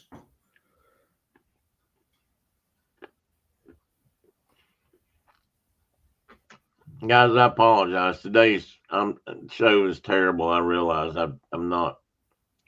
I've had a hard time getting back on my feet this week for some reason. I'm just tired, or I thought a day or two I might be coming down with something. Because we wore you out in Ohio. Well, I tell you, you probably picked up an epizootie from one of them many grandchildren running around or something. That thought did cross my mind. I wouldn't doubt it. You probably got Lyme's disease just hanging out. That seemed to be going around up there, I must say. Well, heck, half my family have it right now. So, yeah. So these guys were known as the Doan Outlaws, and they were, like Mark was reading there, they were loyalists during the Revolution, which meant they were Tories. Tories. They were goddamn Tories. That's what. And they were from Quaker families. And they were, they just did all kinds of things. Like they even robbed tax collectors. They stole horses. Bucks County, Pennsylvania, that they were hanging out in that part of the country. Philadelphia, Baltimore, and these drawings were wood carvings that appeared in papers in that time period or afterwards when people were retelling the stories about them. And I thought, and I might have, let's see here. Well, I don't know if people understand what stealing horses meant. Oh, yeah, it was a big deal. Yeah, I mean, you steal a guy's horse, he might die because of that. Yeah, you left him afoot. I mean, that was a really big deal. That was a real big deal out here in the West. Well, I think it was probably. It was probably a pretty big deal. I mean, if you had ridden from Philadelphia to Fort Pitt, for example, Pittsburgh, and somebody stole your horse and you had to walk home, it was a big deal. Yeah, it was a big deal. I mean, it was the only I'm gonna say this, and you can correct me, but I mean, when you think about it, the only difference between losing your horse in the West and one of the main differences is the fact that in the West you may be without water. I mean, you're more likely You're gonna die. yeah, in the East, you did have water, so maybe it wasn't as big a deal, but it was still a huge deal. But I don't. Maybe that's why we didn't hear about it as much. You still had to walk. You still had to walk, and once you were on foot, you were subject to a whole lot more risk than you were if you were, on a horse when you could get away or in a group. But these Doan guys, there's lots of stories apparently about them, and even a book where they wrote called The Annals of the Revolution, or that's how they named books back then, or A History of the Doans. It was written in the 19th century, and it was all about the truth and the legend about these brothers, this family that were just horrible people who pardon me, raped, killed, murdered, stole, robbed people just because. And it went on for quite some time. And we were talking about them being Quakers. There's something here in a minute. Maybe I think I've got it written down here. These guys got buried. If they were buried in their hometown, and a couple of them were, the Quakers wouldn't allow them to be buried within the Quaker cemetery. They had to be buried like on the other side of the fence. And they weren't allowed, most of the time, they weren't allowed to have a stone with their name on it or anything. They just had a blank stone for a headstone. That was the Quaker way. If you turned evil and you were a Quaker, the Quakers didn't want nothing else to do with you. And so there's several of these guys are buried around the cemetery where their family was from, and I think in Pennsylvania, but they're all buried outside the wall. And there's one that has a headstone on it now, but it was put there in like the late 19th century because they weren't supposed to have it. But by that time, nobody really cared, I guess. And but this is one of those books, Mark, I believe, that I found online yesterday or Thursday that you can read. That's actually available on Google. You can pull up the whole book and actually flip through it and read it online. Yeah, we were on the phone when you said, "Oh, I just found this." I mean, I was just, and I'm like, thrilled. "Oh, good. Oh, good. Googlebooks.com." Yeah, more books. More books. Let's see. I had a little bit of the criminal history about these guys. It says the fall of 1770, Moses Doan left his home in anger after an argument with his father, Joseph Sr. A few days later, he saved the family of the young girl he loved from an Indian attack, but his subsequent declaration of love for her was rebuffed. I'm thinking this ain't going to end well. Around this time, he joined a small band of local Indians of the Wolf Clan of the Lenape tribe. Lenape. Yeah. Delawares. And he was believed that he stayed with them for a while, and then he came back in 1774. He got his brothers to go with him. They all turned into a gang. Her cousin Abraham, and then one of their descendants, Brenda. Here's a Holloway. Etta Holloway, great granddaughter of Joseph Doan, told the story. I knew there was something slippery about Brenda. You gotta look this up, Brenda. We gotta find out if Etta Holloway is in your family tree. I know this. That's we gotta find out about that. I don't want to say one, but that could explain a lot. Said they were all Quaker faith and did not believe in war. But when the new government criminals breeding criminals. What? Oh, Ian. I can't see the chat right now. Well, he said he made a comment: Quakers and criminals breeding criminals. Go figure. Let's see. They got mad because they had to pay taxes. They refused to, and then they got thrown in jail, lost their farm, all kinds of things. Then they really turned bad. Brenda wants to know what the name of the Holloway was again. Etta, Etta Holloway, and she wrote this. It looks like she wrote this story about her family. Might have been, well, they've got the date 1774, but I'm not sure if that's when she actually wrote it. She was the great granddaughter of one of these Dones. And she told the story of the Outlaws this way. They were all the Quaker faith and did not believe in war. I'm thinking that wasn't true.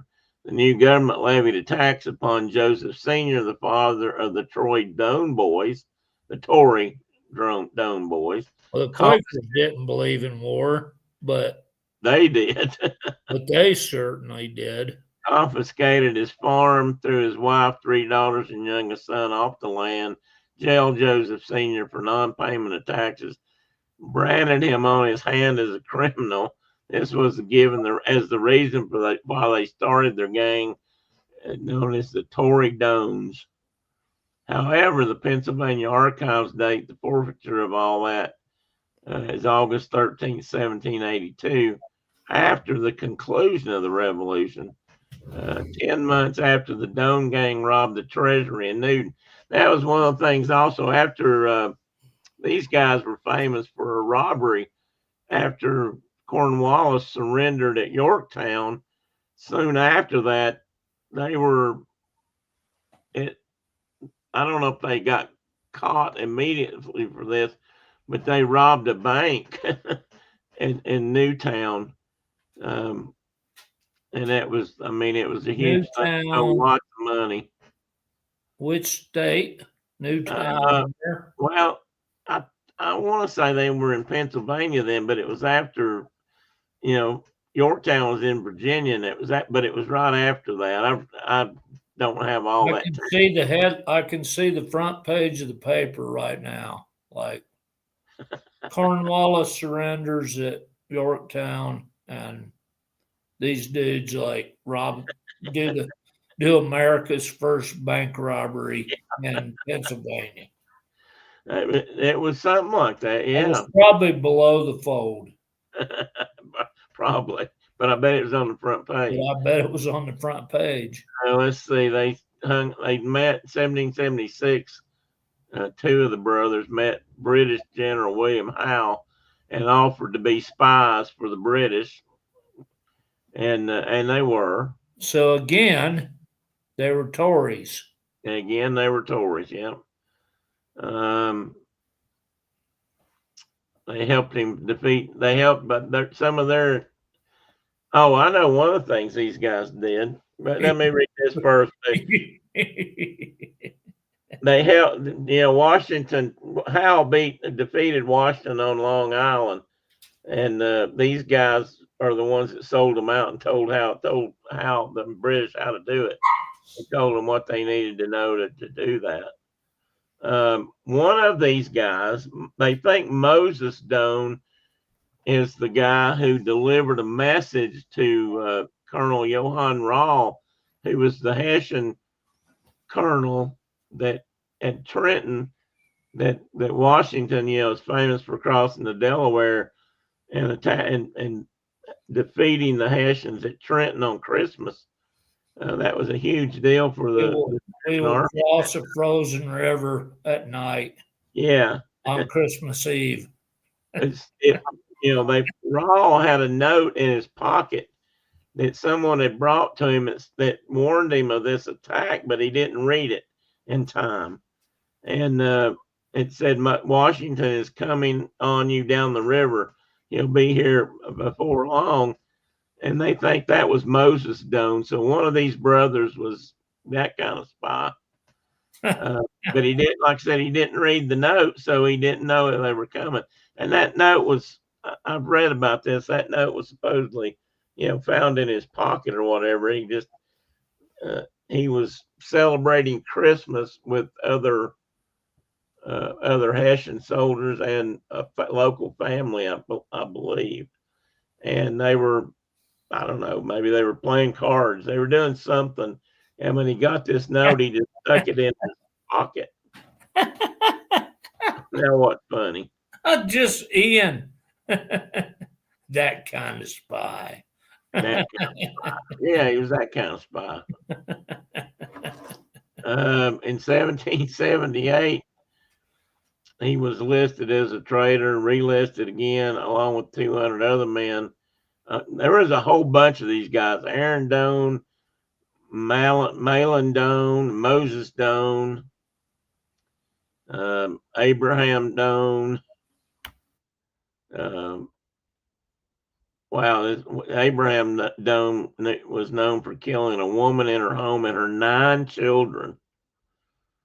I mean, these people are just evil. I mean, they're just like, we hear about evil people today, but they've been around for a while. It's really not all that new.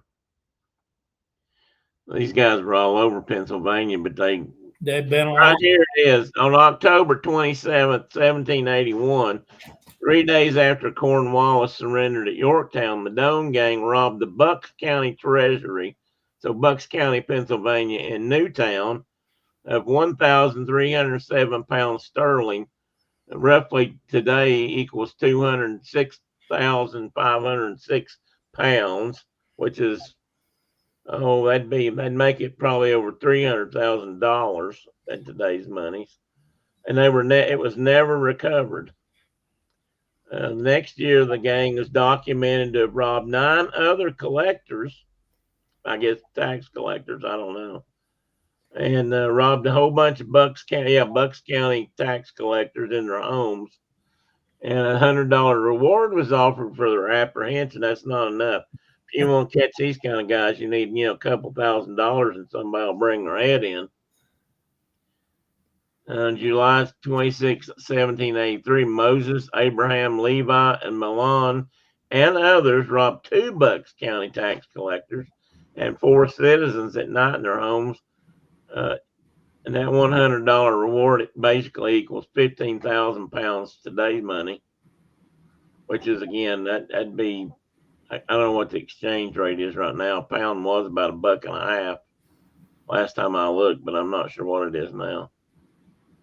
So Ian says that, for the record, TD on his handle does not stand for Tory Dones. Are you sure about that? Here's the thing about the headstone. It said Moses Doane's gravestone was moved by a farmer and currently lies in a hedgerow in Plumstead Township. I guess that's Pennsylvania too. Badly weathered by the elements. The Friends Meeting House Cemetery in Plumsteadville is protected by a fieldstone wall that runs around the perimeter. Levi and Abraham were buried just outside this wall because the pacifist Quakers refused to bury militants within their graveyard. A veteran of the Civil War also was buried outside the graveyard perimeter because of that. The graves are adorned with their original native brown stone headstones, which bear no inscriptions, following the Quaker practice at the time of their death. So they were just, persona non grata. I'm surprised they even let them be, or even. So the young man that died at Gettysburg or whatever, that had been a Quaker. Yeah, if he went home, if they took his body home. They took his body home, and they're like, you get buried outside the Yeah, you can be buried here, but you got to be outside the wall, and no name on your headstone. Because you went and fought for the Union. So here's a book about the Doane gang. I put these in here just for reference. These books are available. The Doane Gang: The Remarkable History of America's Most Notorious Loyalist Outlaws. This was I found this at, I think it might have been Abe's Used Books. One of my favorite used books places is Abe's. What's with the pumpkins, dude? I just put them in there because I thought I'd throw them in there for Halloween, different places. So I just, I just I filled up space with them. And another book that tells a lot about this kind of stuff more than I can think of today or talk about is called The First Frontier. Again, available. You can find these used. I don't know when this one was written. I forgot to put the date in here, but pretty sure it was written in the 19th century. So the 1800s sometime was the original, I think.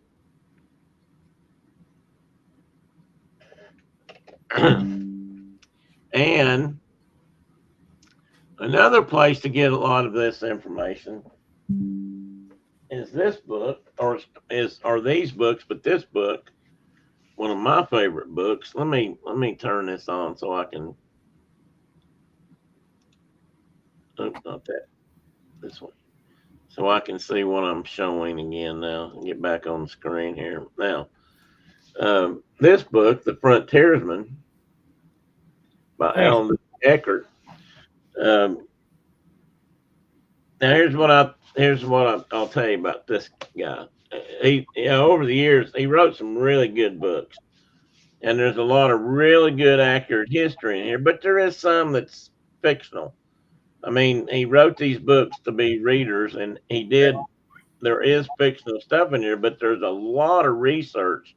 He did a lot of research on this stuff, and he used his own imagination to add some of the conversations and what somebody might have been thinking or thought process. But he was writing historical novels, basically. yeah, it's a historical narrative, based in history.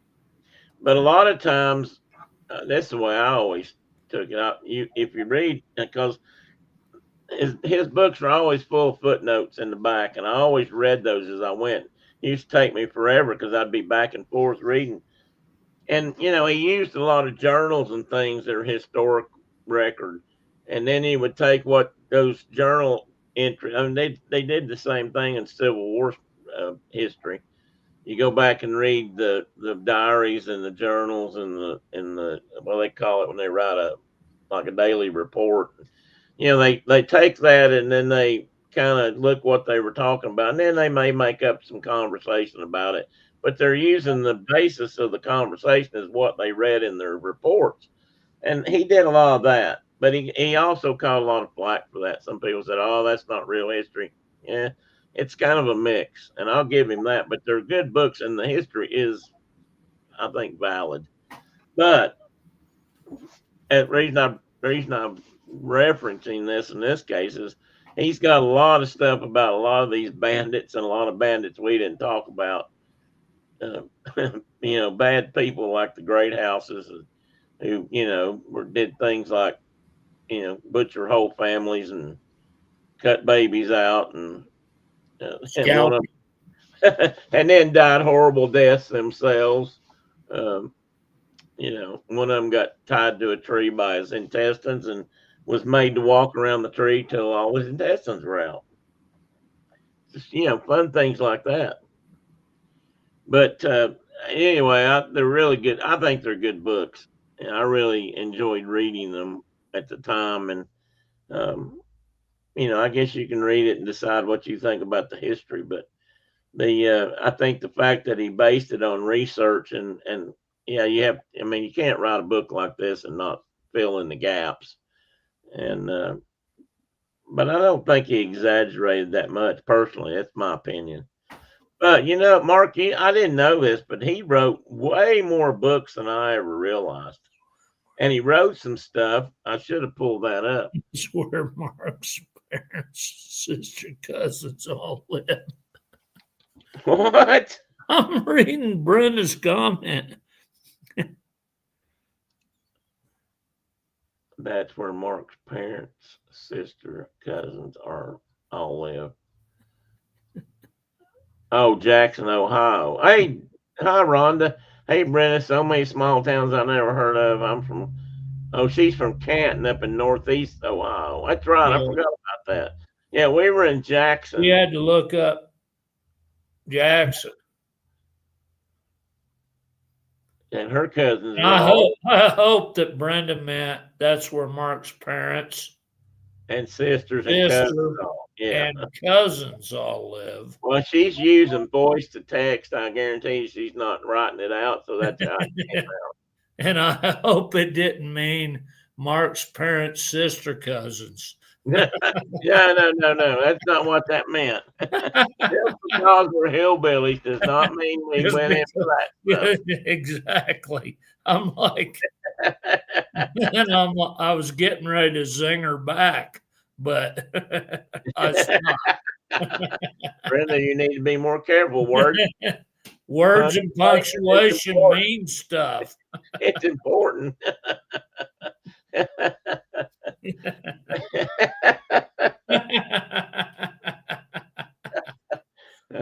Words are important. Sometimes it's really important. I've been accused of that my whole life. Your brother cousin. Oh, you know what? I don't know if I cut myself off, didn't I? Oh my! Well, that was pretty much. You didn't want? Were you done? I didn't mean to. I didn't mean to totally shut down the show there. Are we out of slides? I had a couple more things I wanted to say while I was there, and I X'd it out by mistake. So there, I'm bringing it back in for a minute. And I was going to say these 6 books were together as a series, and if you haven't read them, you need to read them. You should if you're in. Well, if you're if you're interested in early American frontier history. And he wrote in these books. I looked this up and I've read them, and I realized at different times if you read them the way he wrote them, they're kind of out of order. The Frontiersman was in this series of books. The Frontiersman was the first book he wrote, but it really isn't the first book in the line of the history. Wilderness Empire and Wilderness War, I think, both actually came before the Frontiersman. And if you read it in history and the time part, but they still fit, and they're all starting from the early, before the French and Indian War, right out through till you get to Gateway to Empire and Twilight of Empire as they move further and further west. Chicago, I think Gateway to Empire was kind of about early days of when they settled the Chicago area. And why? Because it was such a crossroads of trade on the Great Lakes and fur trade. I mean, I'm talking about all the way back to the fur trade, not tractor and trailer trucks driving in there or big giant steamships. This is all colonial history up till maybe mid 1800s. I'm not sure exactly what date. I don't think it even went that far. I don't maybe think 1805 or something. But my favorite book that he wrote is called That Dark and Bloody River. Yeah, I've got that too. That was on I saw that. I may even have that. And it's about my people, literally. They were right mixed in amongst it, about the Ohio River, Kentucky and Ohio side, and all the conflict that was occurring, especially during the Revolution.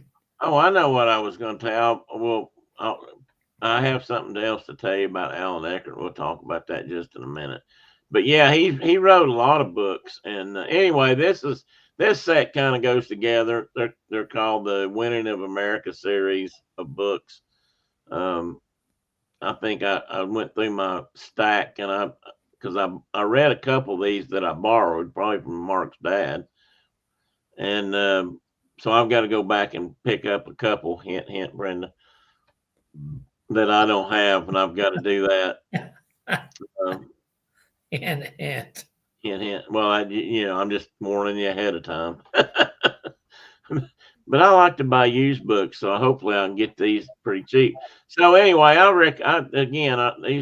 would recommend if you're interested in early American U.S. history, these are good books. And like I say, if you read the references in the back, the bibliography, and all the footnotes that go along. I mean, these books are so annotated. It's to me, it was amazing, the detail. And there's just a lot of really accurate, I think, accurate information that's not in the history books. I mean, it's just not there. But it's kind of like reading Shelby Foote. Shelby Foote's famous for Civil War stuff. Well, a lot of his information came out of going back and reading the diaries and the daily journals and the daily orders that were given. That's where he got a lot of his. And Eckert did the same thing at an earlier period of time. So there is less of it than there was later, but there is still a lot out there if you know where to look. And fortunately, thankfully, a lot of stuff was saved in museums and libraries around the country. You just got to know where to go find it. So let's see. That was the end. So now that's really the end. And then he's going to leave, and then I'm going to tell a story about Alan Eckert that I did not know. Rhonda says someone posted on Reddit today. They wanted to know where in the U.S. is most like Germany. Everyone told them Pennsylvania, Wisconsin, and Northeast Ohio. So since you're from Northeast Ohio, Rhonda, would you agree with that? I mean, I've always heard that there's, parts of Pennsylvania have a lot of Germanic influences. But another interesting thing about that, there's a town in North Georgia that has a lot of Germanic influence. It was a town that was settled, and there's somewhere else too. Another town that I know about, and I can't think of the name of it. And I can't think of the one in Georgia. It's not Rome, Georgia. Hell, yeah, hell. Well, okay. So would you consider having Germanic roots, or is it just all fake? Because I've not been there. I've heard about it, but I've not been there. She's talking about Helen, Georgia. So, Mark, did you know that? I got to get rid of this on my screen. Hang on. Did you know that Eckert wrote for the Mutual of Omaha's Wild Kingdom? No. He wrote more than 225 episodes of Mutual. Really? Yes. So he must have wrote most of them. To be honest, 225 is a lot. And I don't know in what time frame, didn't give dates on that, but he wrote more than 225 episodes of Mutual of Omaha's Wild Kingdom. And he received an Emmy Award for some of those. So that was kind of cool. I didn't know that about him. There's also a book, a Disney movie that was on television, and I've seen this. This may even be on the Disney Channel. It was called The Boy Who Talked to Badgers. That was based on one of his books also. The book was called... I've read that book. Well, the original book that it was based on was called Incident at Hawks Hill, I believe. Yep. And it became that movie, but it eventually became that movie. I didn't realize that. He wrote a couple. Oh, he also wrote He wrote the King Snake. He wrote a book called The King Snake that was just about king snakes. Yeah. He did. He wrote quite a few naturalist books that I'd never heard of. He won a Newbery Medal for the Incident at Hawks Hill book, which the Newbery Medal is I'm going to say this wrong. So Rhonda or somebody who's smarter about stuff, I guess, will tell me. But the Newbery Award is pretty prestigious for, a book writer. I can't remember if that's a certain genre of books. It seems like it is, but I can't remember. There was, I know what it was. The outdoor drama Tecumseh, which is still, I believe, being shown in Chillicothe. They still do that. It's like a play. Sugarloaf Mountain in Chillicothe. He wrote that. They still do it. I've been to that outdoor drama half dozen times probably. Well, he's the one that wrote that. I didn't realize back in the day, like when it was brand new, I went to that, and then went. I think I've been up there half a dozen times, and we used to have a muzzleloader shoot there. Yeah, back in the day.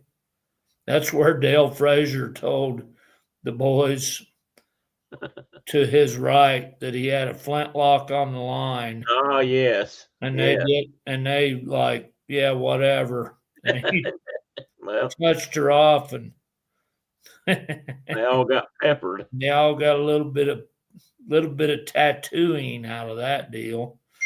He wrote a book called A Time of Terror, The Great Dayton Flood. And never heard of that. Huh? I haven't heard of that one. I neither. It was adapted into another play or some kind of drama. It was titled a little bit different. It was just titled 1913, The Great Dayton Flood. And he wrote, somebody else adapted it, a guy named McDowell and Nivitz, and they performed that at Wright State University. I don't know how, but it had actors in it like Martin Sheen, Ozzie Davis, Ruby Dee. They all did narration in it. I don't know if that's still going on or not. Anyway, he wrote, of course, The Great Hawk. I knew that.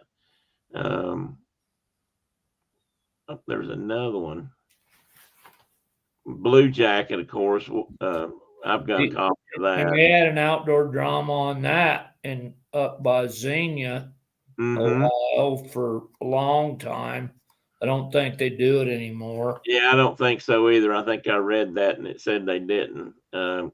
He wrote The Court Martial of Daniel Boone. I don't think I've read that, but I know about it.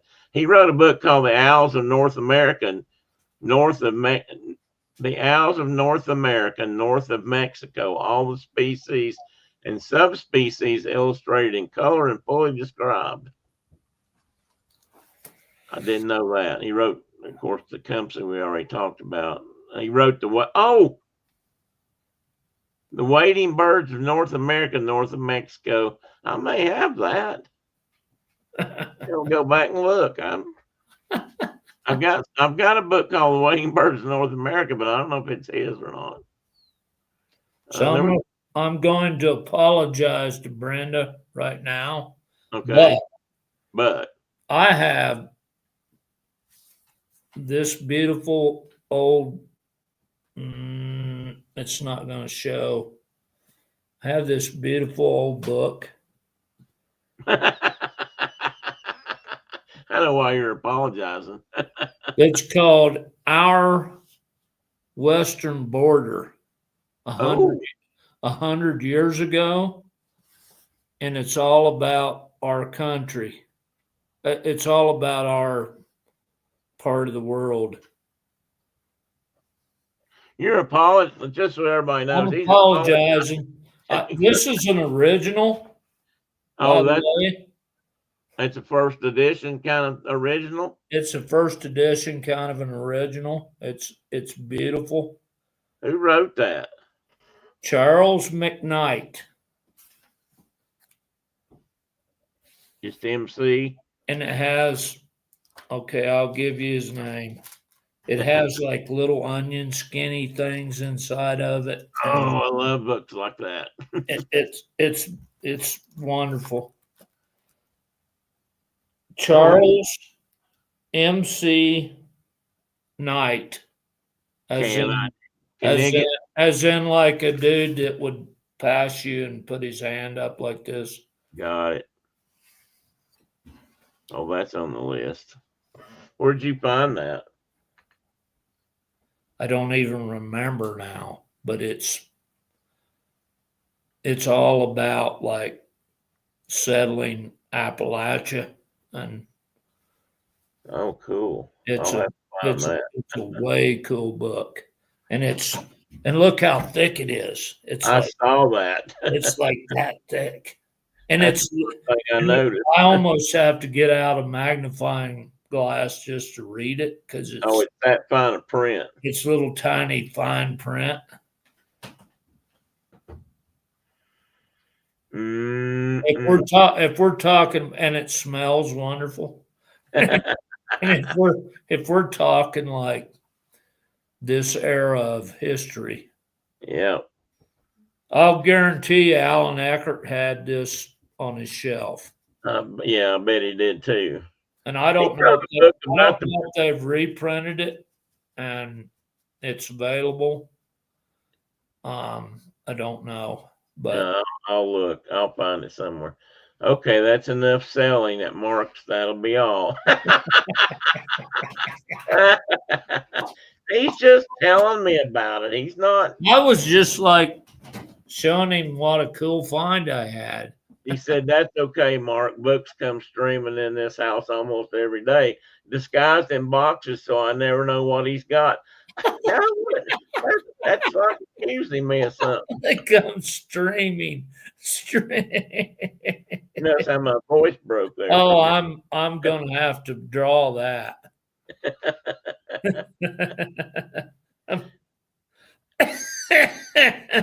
It looks to me like a drawing just popped into my head.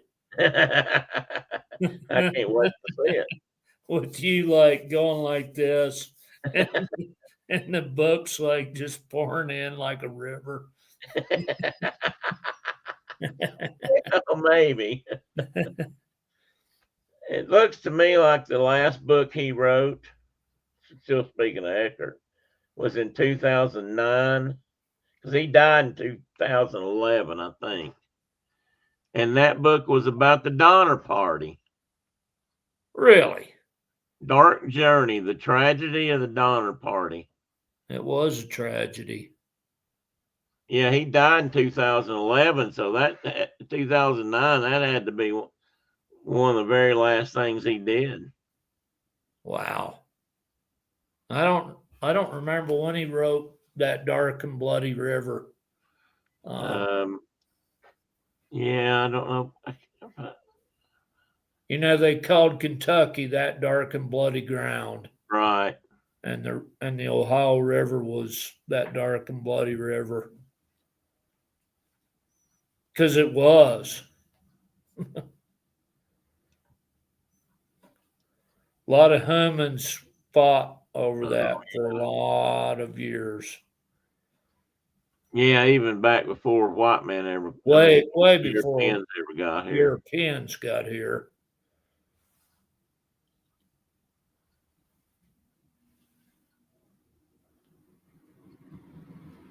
He wrote Dark and Bloody River in 1995. 1995. Chronicles of the Ohio River Valley. Are you sure the Holloways aren't in that mess mixed up with the Donners? Well, they might be with the Dones. Holloways survived the Donner, didn't they? I gotta get back on the right page here. Are you sure in that mass mix? Well, I don't know. Were they? Some of them. Well, now there were people that survived that. Yeah. Oh, yeah. Some of them did. Oh me. What time is it? Well, that's not really that bad. I ran out of steam, guys. I really do apologize. I feel like I didn't have everything as well done as I'd like to. But I would love to have talked about Lewis Wetzel and I decided I'd talk about them and Jacob Greathouse, and because they were a little bit different. Maybe we'll have to talk about they were potentially. I mean, I guess it depended on your viewpoint. They were potentially bad people, maybe not, depending on your viewpoint. Yeah, but they did some things that most people would consider. Well, I mean, the Great Houses were bad guys, but like Lew Wetzel, he killed a lot of Indians, but he maybe had cause to kill a lot of Well, them. in his mind, he had cause anyway. I mean, They killed his whole family. he was sort of on a mission of revenge, and Lord Yeah, knows history's full of that. which lasted way far beyond what, like, okay, an eye for an eye kind of a thing. You know what? But Great House and his brothers, they were bad dudes. They were just mean. They were just bad dudes. You know what his story kind of reminds me of is I don't know how much Louis Wetzel. Yeah, Louis Wetzel's story kind of reminds me of the story of Liver Eating Johnson. He went on a kind of the same sort of a killing spree. Yeah. I mean, the Crow, I think it was the Crow killed his family, his wife and children, kid or whatever, after he moved into the mountains out west. Yeah. And, he He killed. went on a revenge raid. Pretty much for the rest of his life. Well, and they hunted him, but they eventually forgave each other and yeah. literally. But there was a lot of bloodshed over that time period, and but so it was a little bit like not pretzels. I must be hungry. I can only think of Wetzel's pretzels. Is that a real thing? I hope that the Wetzel family became pretzel makers. That would be a good thing. Brenda says she got my boy in her lap doing the kick. Because the old ones were went through some stuff. Yeah. What she's talking about is Teddy's in her lap, and you can start rubbing his chest, and he'll go to sleep, and he sticks she calls it his kickstand, because he'll roll over kind of on his back, but he'll take one foot and prop himself up with it. he'll put it in, like hook it in your leg or your pants. He'll use it to roll himself over, and she calls him back claws and gets a hold. Yeah. Ian says they're in a bunch of malls in Disney Springs and downtown Disney. Well, I didn't know that. I didn't know about. Well, I've probably seen Wetzel's pretzels and never put that together. You have to be in, see what you learn here, Ian. You just never know. Because Louis Wetzel that's a whole nother. Y'all look that up. You'll see. I'm sure you can. Yeah, there's a Wikipedia page about him. Oh yes, and he's in the Eckert. He's in the Eckert. He's in Eckert books. Yeah. He's one of the main characters in one of them. I can't remember which one now. Yeah, I'm not sure. It's not the front. It might be. Is it in the Frontiersman, or is it in a later one? I was thinking it was in a. But let's see if he's in the glossary of things.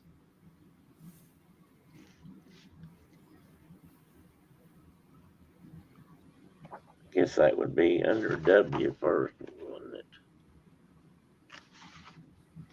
Not Lewis, but Wetzel, Lewis. All I know is that the natives called him the Death Wind.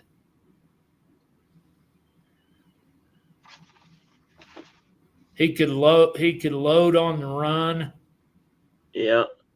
Which is a big deal with a muzzleloader. Yeah, it is. He could be running full blast and reload.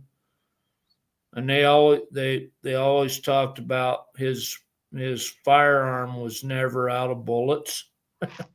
Didn't they said that about Kenton too, I think, at one time. They did, but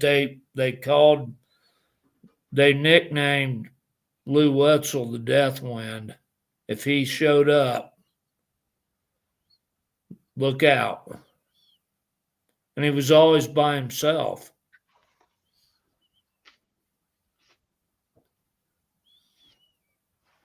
Okay, like Jacob Wetzel is in here.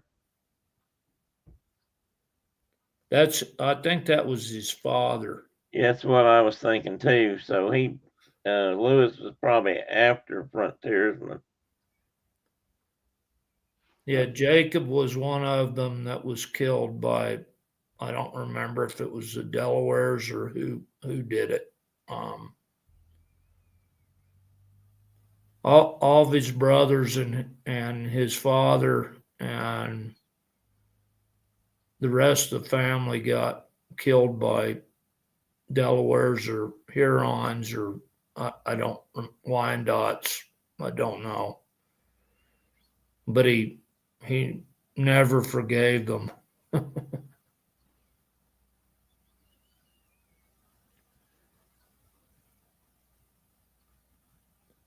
Yeah, I think I think Jacob, this is all about him. Now they're in here, he's in here twice.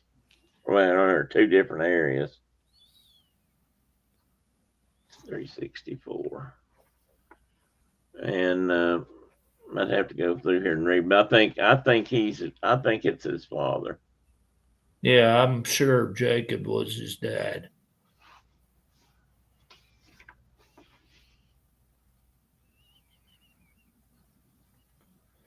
Do they talk about the Mahons or Mayans? Mahon.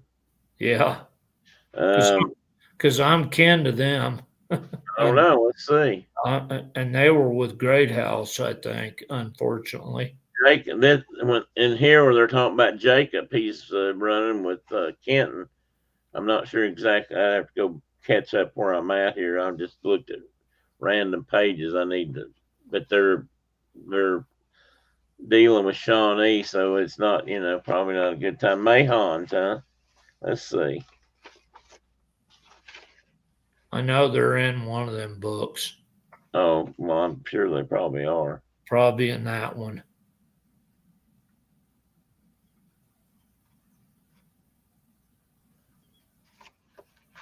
You know any first names? Here's No. a John. There's a Raphael. Who? Raphael. I think that's how Raphael. Isn't that Raphael or Yeah. Mahon? Yeah. He's in here a lot. And John Mahon. Yeah. So they're somewhere kin on which side, your dad's side or your mom's side, Dad's side. They were related to Andrew Zornes. Brenda, how do you remember how they she's gonna hop out here. I'm gonna try to find Peggy Pruitt's butterscotch pie recipe. Oh, bless your heart. Brenda's left. Brenda has hit the eject button. Ian's been evidently Ian's researching.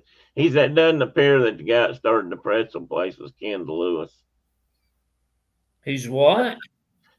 Ian said, does not look like Rick Wetzel, founder of the pretzel place, Wetzel's Pretzels. He says he doesn't appear to be related to Lewis Wetzel.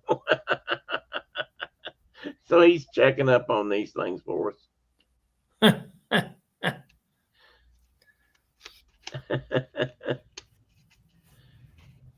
Oh, that's quite all right, Rhonda. Thanks for coming back in. You just made me think of another name. Oh, Brenda, are you still in here? She left. I was trying to remember how to spell my relative that had Lights Fort, because I think of it as Light, but it was actually a German spelling before that, and it wasn't. I don't think that's how it was spelled. And I'm thinking about that now, thinking I can't believe that that's not in this one of these books. Was it Leitz? Lights? Well, it might have been. Let me see if I can find that. Oh, she has it here. It's Lichte.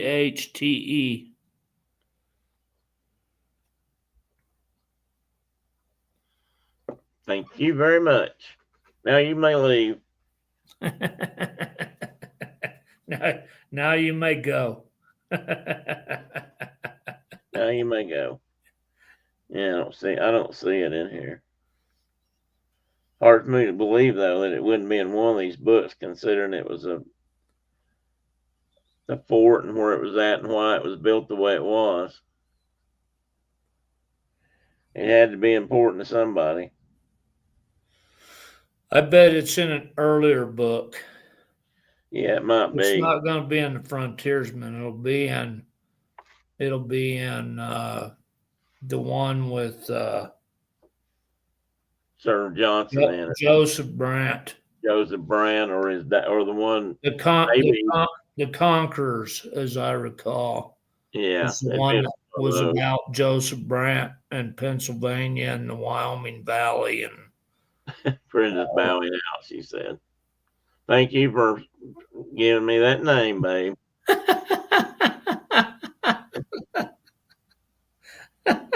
I'd have to get used to that. Oh my God.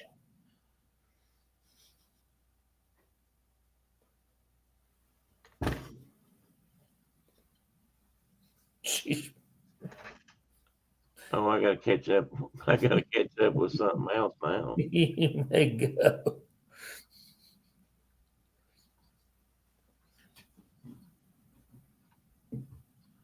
Ian said Deathwind, just read that. Oh my.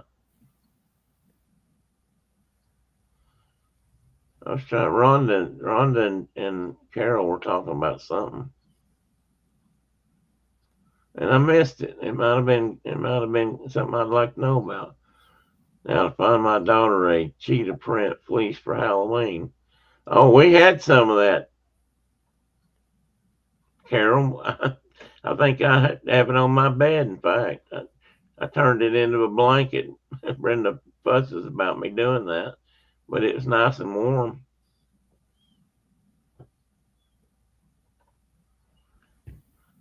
Got mine when they went on deep sail. I'm not sure what she got. Anyway. Oh, me. I'll have to look that up. I'll have to see if I can find that book. That's bound to be in one of those books, you'd think. And the fort I'm talking about was called Lott's Fort. It's in Lebanon, Pennsylvania, and it's in my family line or tree. And what was really unique about it was a stone big house, basically, but it was referred to as a fort because if there was trouble, all the locals went there and shut themselves in. But what was really cool about it was it had caves and tunnels that linked it to out into other parts of the countryside, and people could go to those tunnels and get in and get to the fort without being exposed, which I thought was really cool. I am an Apple addict. I just had to buy a Windows machine because of work, and I named it not a Mac. Well, I'm not an Apple person, so I don't even understand. But I've known some people that really.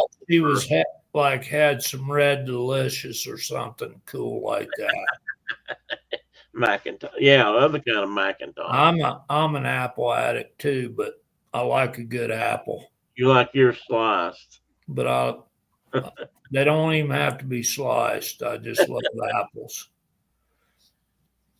I'm not a Granny Smith guy. I don't like a tart apple. Oh, I like a sweet apple best too. I want a sweet apple. I can eat a Granny Smith once in a while, but that's not my favorite. I still say my favorite, those little ones like Granddad used to have, that was kind of not real pretty. They were kind of ugly, not real shiny. They were dull red and had kind of spots on them. Man, but those things were so sweet. Oh, love those apples. I did buy that Granny Smith apple cider when we were in Ohio, and that was pretty good. but I could only drink a little bit of it. You know what? I don't think I had tried that. I meant to try that apple cider. We drank the whole jug of the regular apple cider like that. That went quick. I bet. Was it as good as Dick Brown's? No, Dick's been gone so long. No, I know, but his. That apple cider was the best apple cider humans have ever made. There was an orchard not far from where Mark's dad and mom lived today, and he and I used to hunt on that bow hunt on that property. But the guy's name was Dick Brown, and he had an apple orchard and a I don't know what you call it, but he pressed his own apple cider and stuff, and right there on the property.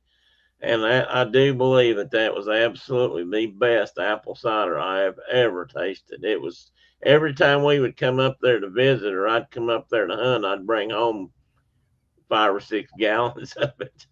And it didn't have any preservatives or anything. It was strictly natural, so it didn't last forever. But it was so good. Oh man, that was the best stuff. Just a little bit. It seems like it had just a little pulp in it. I mean, it was right out of his cider press, as far as I know. Yeah, he was pressing it right there down there in that big barn below the orchard.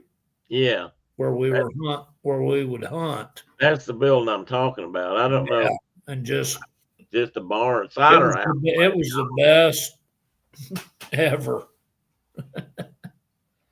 God, it was so good. I'd bring it home, and people would come that would share it with people around the house, and they'd all, want more, or they'd want it. Oh my! And I was kind of stingy with it. The neighbors had Granny Smiths, and oh my God, Granny Smith pies are great. I said they always had pies during season. That's the best use of a Granny Smith is to put it in a pie. Carol and Rhonda, I have one thing to say about that. Because see, I never had an apple. No. I had used one in college for a while. I had some kind of journalism class, and we had to use the computers that were there, and they were some old Apple Macintosh thing. It was all one unit, screen built in. I hated it because I didn't know anything about using it. Of course, they weren't going to teach me how to use it. I was supposed to just know, I guess. And so I was not. I've never been a fan, probably because of that. But I used to work with an engineer. Open Apple O. Do what? Open Apple O. Well, I worked with an engineer in Nashville, and he used graphic software to do his repair designs and things, engineering type stuff for aircraft repairs.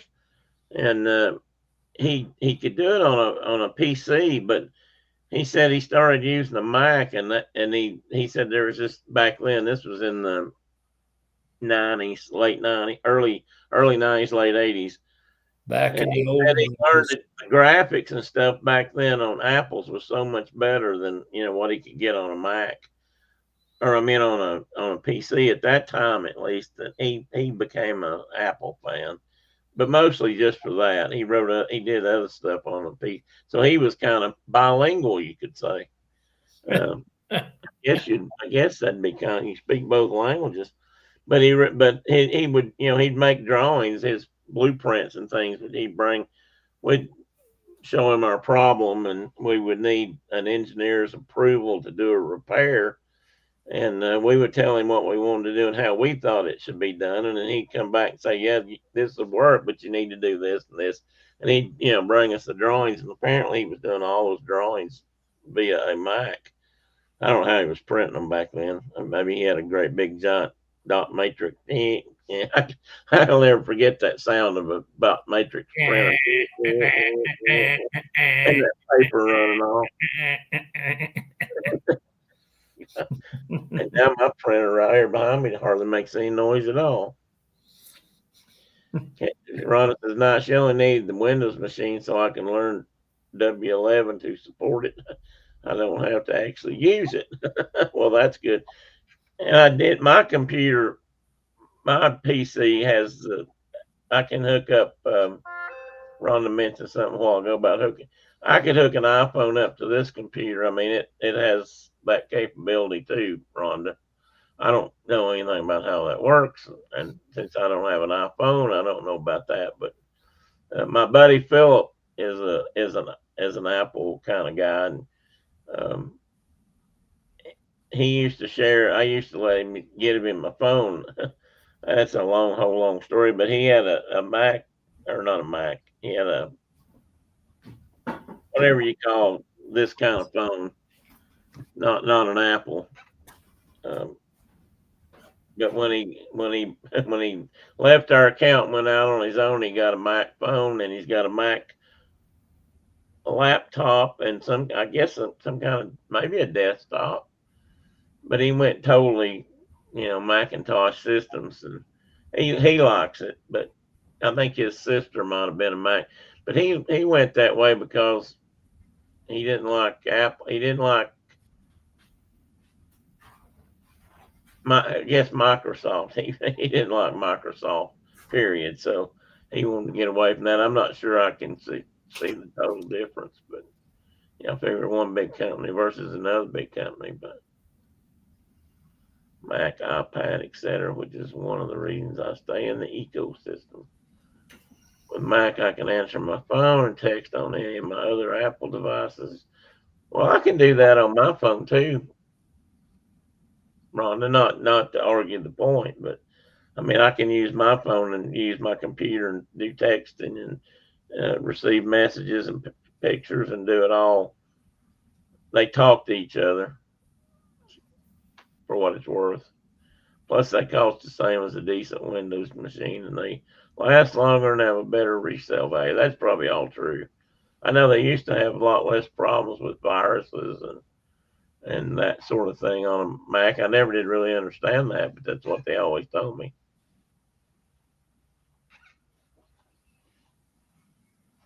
Yeah, Ron, I don't know when that came along. Maybe Windows 11. I think that's what I'm running. I don't know, or it could have been 10, but did Mark freeze up, or he just got his head down? Nope, just got his head down. Well, I was looking at my buddy's great big old bull elk he just harvested. So, which one? Who got that? Huh? Who was that? My buddy Sean Whitmore. He just killed a great big old bull elk. I just saw something that he did. Is he on Facebook? I don't know. I may have just seen his wife is, but there's his bull. Did he get that this morning or just this week? Sometime. Seems like I saw that yesterday, maybe, but maybe not. Well, it came out 12 hours ago, so okay, maybe that's when I saw it. He shot it yesterday, I assume. That was a big old bull. My son killed a bull. I don't know if my nephew got one or not. So we weren't here. So right. So is that all? So is elk season over? Oh no. Okay, I didn't think so. It goes for a while, especially. Tell me, for cows. It bull season will be over on Halloween, and any elk, not bull season, and then cows will start up after that. Okay, just cows, because we got way too many elk, way too many elk. So, how hard is it for an out-of-state person to get an elk tag now in Wyoming? Is that really difficult, or not so bad, Well, it depends. It depends where you want to go. okay, yeah, I think I remember that.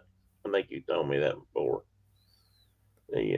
But it depends Easier for to get us a too. cow, What's is it that? easier to get a cow tag than a bull tag? It's easiest to get a general license, and you can kill any elk on that. Oh, okay. Well, okay. Um, I'm retired, so I don't. I can No, talk. that's okay. I can talk bad about them, but they don't issue enough cow tags, so Well, yeah, but that used to be the case back here too. But they I mean, just don't. they didn't, They just don't issue enough cow tags. they didn't issue enough doe tags back here. Well, they didn't issue doe tags at all at one time. I remember back here when you couldn't shoot a doe, and then the populations in a lot of places got so out of hand they had to start doing something about it.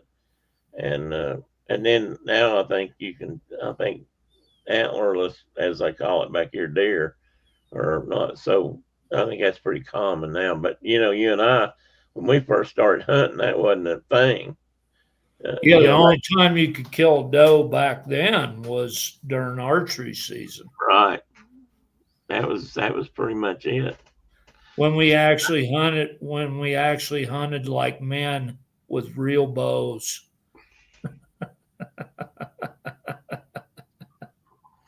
Before the invention of the cross gun. I mean, bow. Yeah, right. Damn things. So you're saying, Ronnie, you're saying that most hackers or attackers write for Windows and it's most common. Apple has mostly been a closed ecosystem too and harder to write virus for. Okay. I just knew that they all people used to tell me that they didn't have that problem if they run Apple stuff. Huh. But anyway, yeah,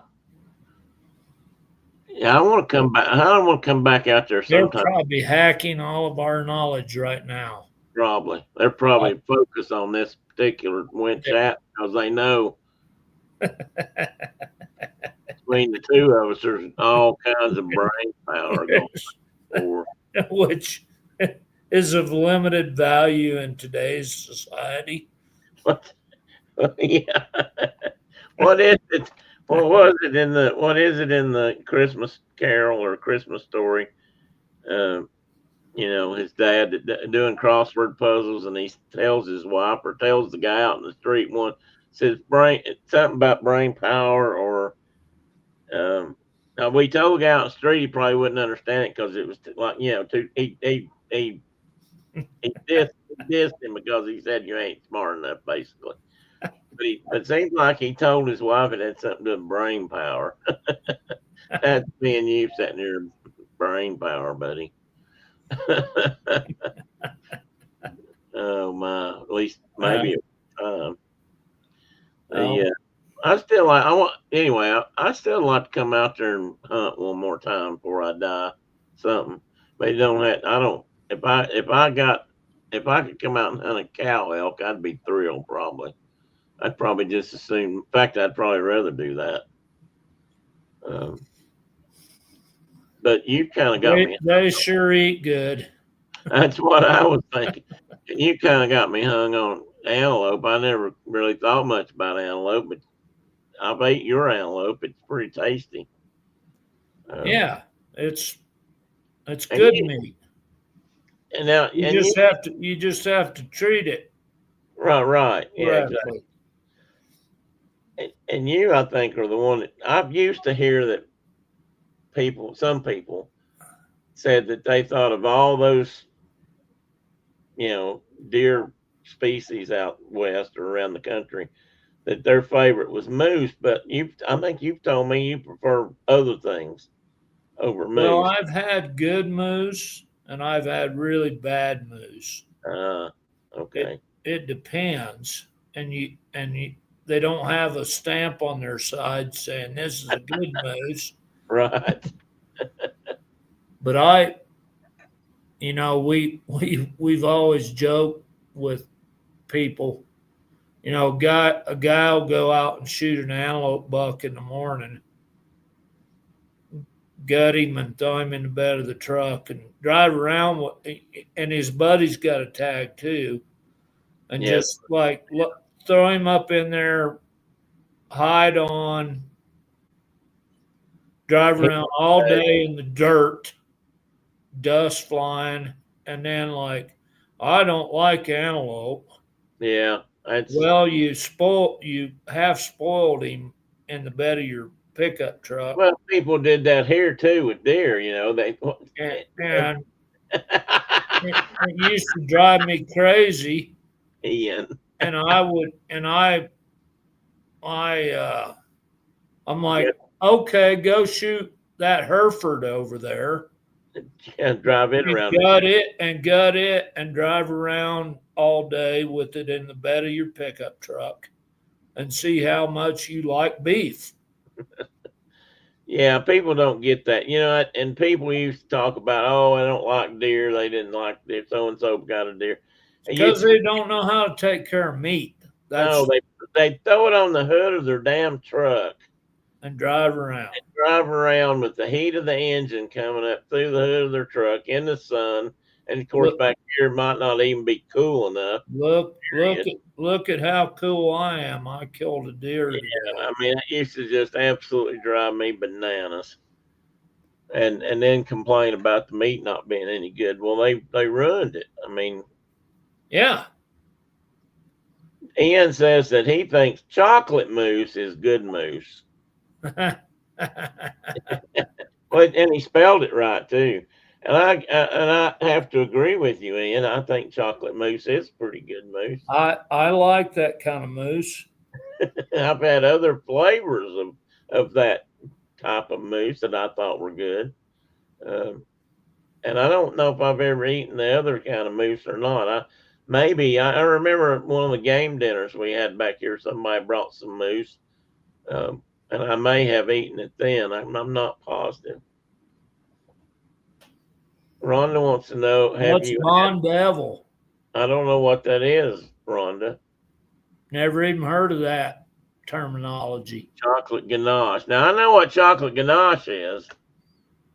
I've had that or something very similar. It might not. I don't know that term either. What's that? Well, it's like it's like, to me, what I remember chocolate ganache is almost like a creamy, maybe even fudgy kind of chocolate. And you mix it up and you kind of pour it on a cake and it just sort of flows all the way around it. That's what it is to me.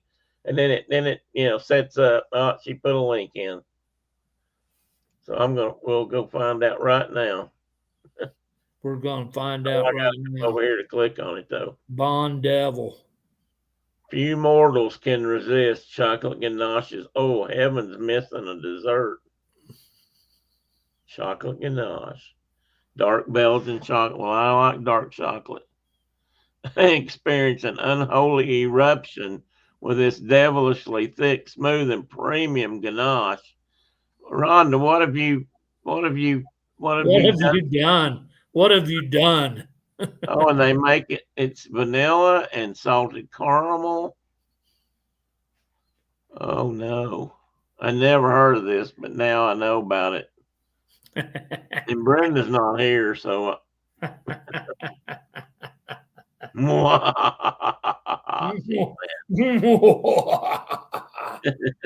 that looks really good. What are they dipping in it? Or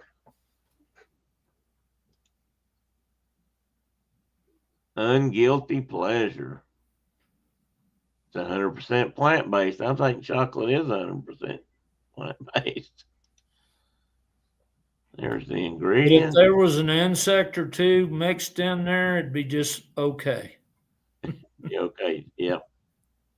Yummiest dessert I ever had, according to somebody. Ms. Liz. Well, now I'm going to have to learn about this because it looks tasty.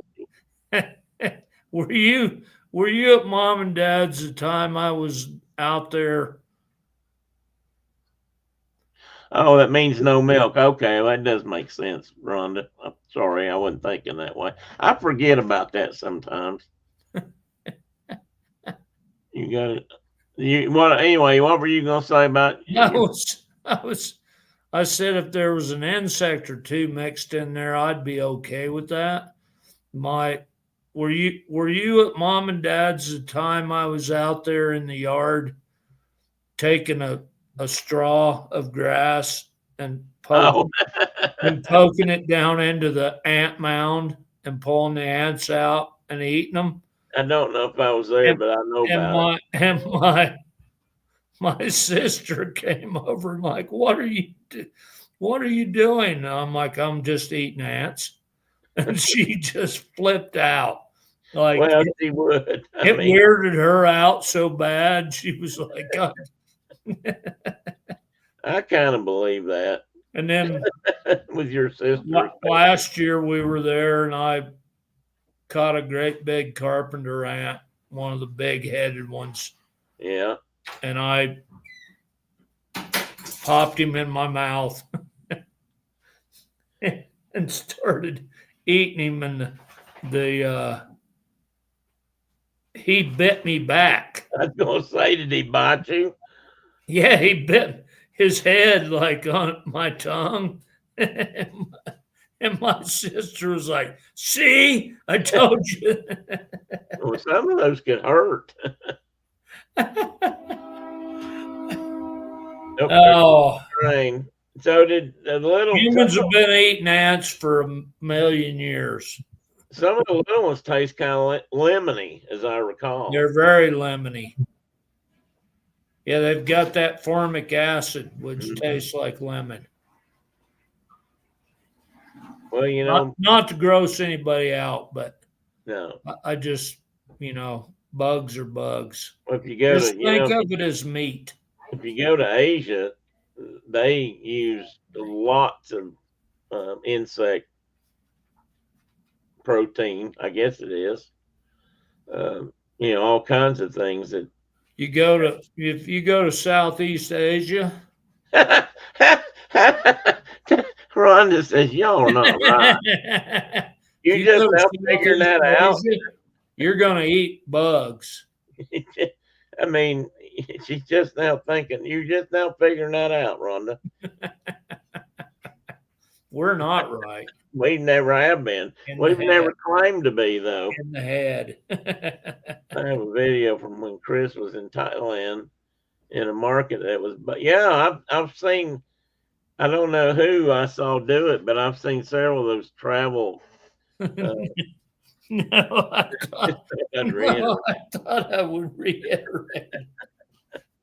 Well, thank you anyway. Yeah, you don't understand, but we kind of wear that with a badge of honor, or like a badge of honor.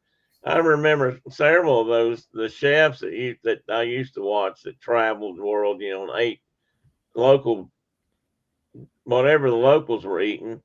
And I can remember them going into some of those Asian markets and just being that's with all kinds of different insects. All kinds of insects, fried and are cooked in 2 or 3 different ways. And I really like watching. I don't know what show it is of his. Gordon Ramsay does where he goes around the globe, kind of cooking with the locals. He always has like a chef. He's like paired against. Yeah. I can't remember what show it is. He's been to Africa and Peru and all kind of places. And anyway, I really like that show. And one of them, he went to Vietnam or Laos, maybe. It was Laos. And they were like a big part of the diet is insects. And they, he cooked with insects and did all kind of cool stuff. And yeah, anyway.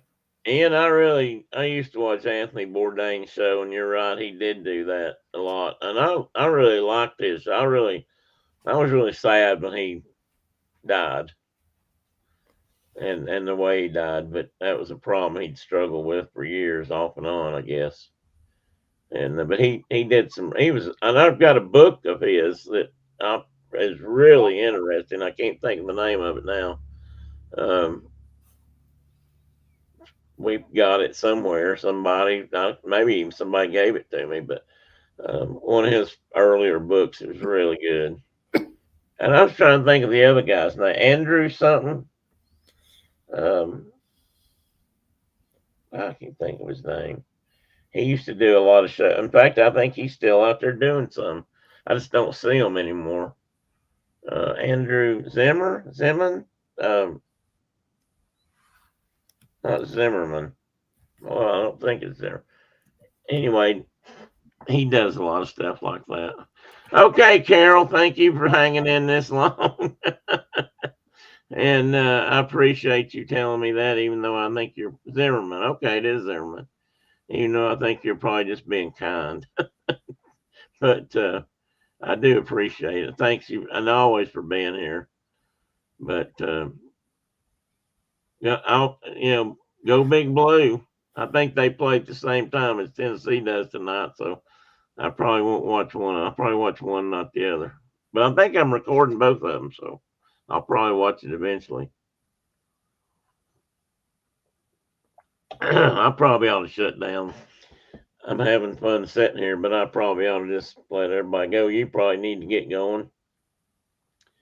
I will talk to you sometime this week. Guys, thanks. If anybody's left in, buddy, it's always a pleasure to have you in the room. Rhonda, I'm really glad to see you back too. It's been a while. I mean, every once in a while, but glad you've had a little bit of time. Yeah, hey, thanks, Carol. That's right. It's always a pleasure to have you in. And I don't know, was Tina came in and left? Did she leave? I mean, was something going on? I missed it. It's spelled maize. Yes, it is. Yes, it is. Thank you, Ian, for spelling counts. Spelling can be important. Go Buckeyes. Well, now Mark's aunts would appreciate that, Rhonda. They would very much appreciate that. These are three women, and that whole family. I bet they're like less than 5'2".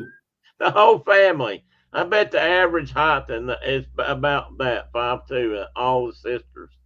Randy's not much taller. Well, my mother is 4'11". Literally.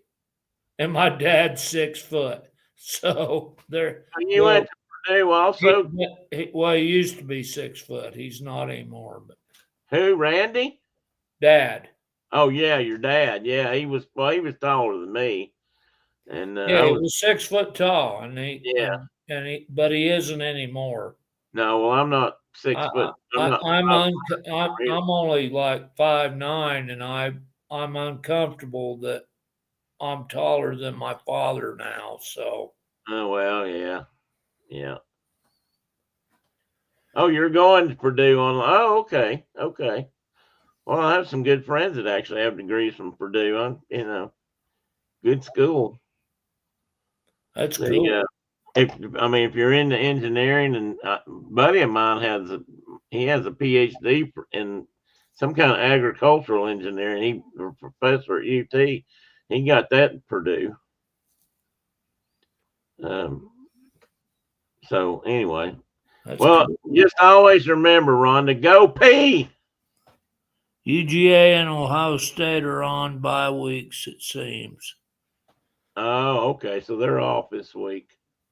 I never could. I've never been able to understand what bye week means. I never really understood where that came from. I know what it is, but I don't know where it. Well, I know it means that they get the day off. Well, that's a Boilermaker, isn't it, Ian? Maybe I need to do that again. We talked about interesting mascots one time. I ought to do that because there's a whole lot of them out there we never talked about. I mean, Boilermakers. I always wondered where that came from.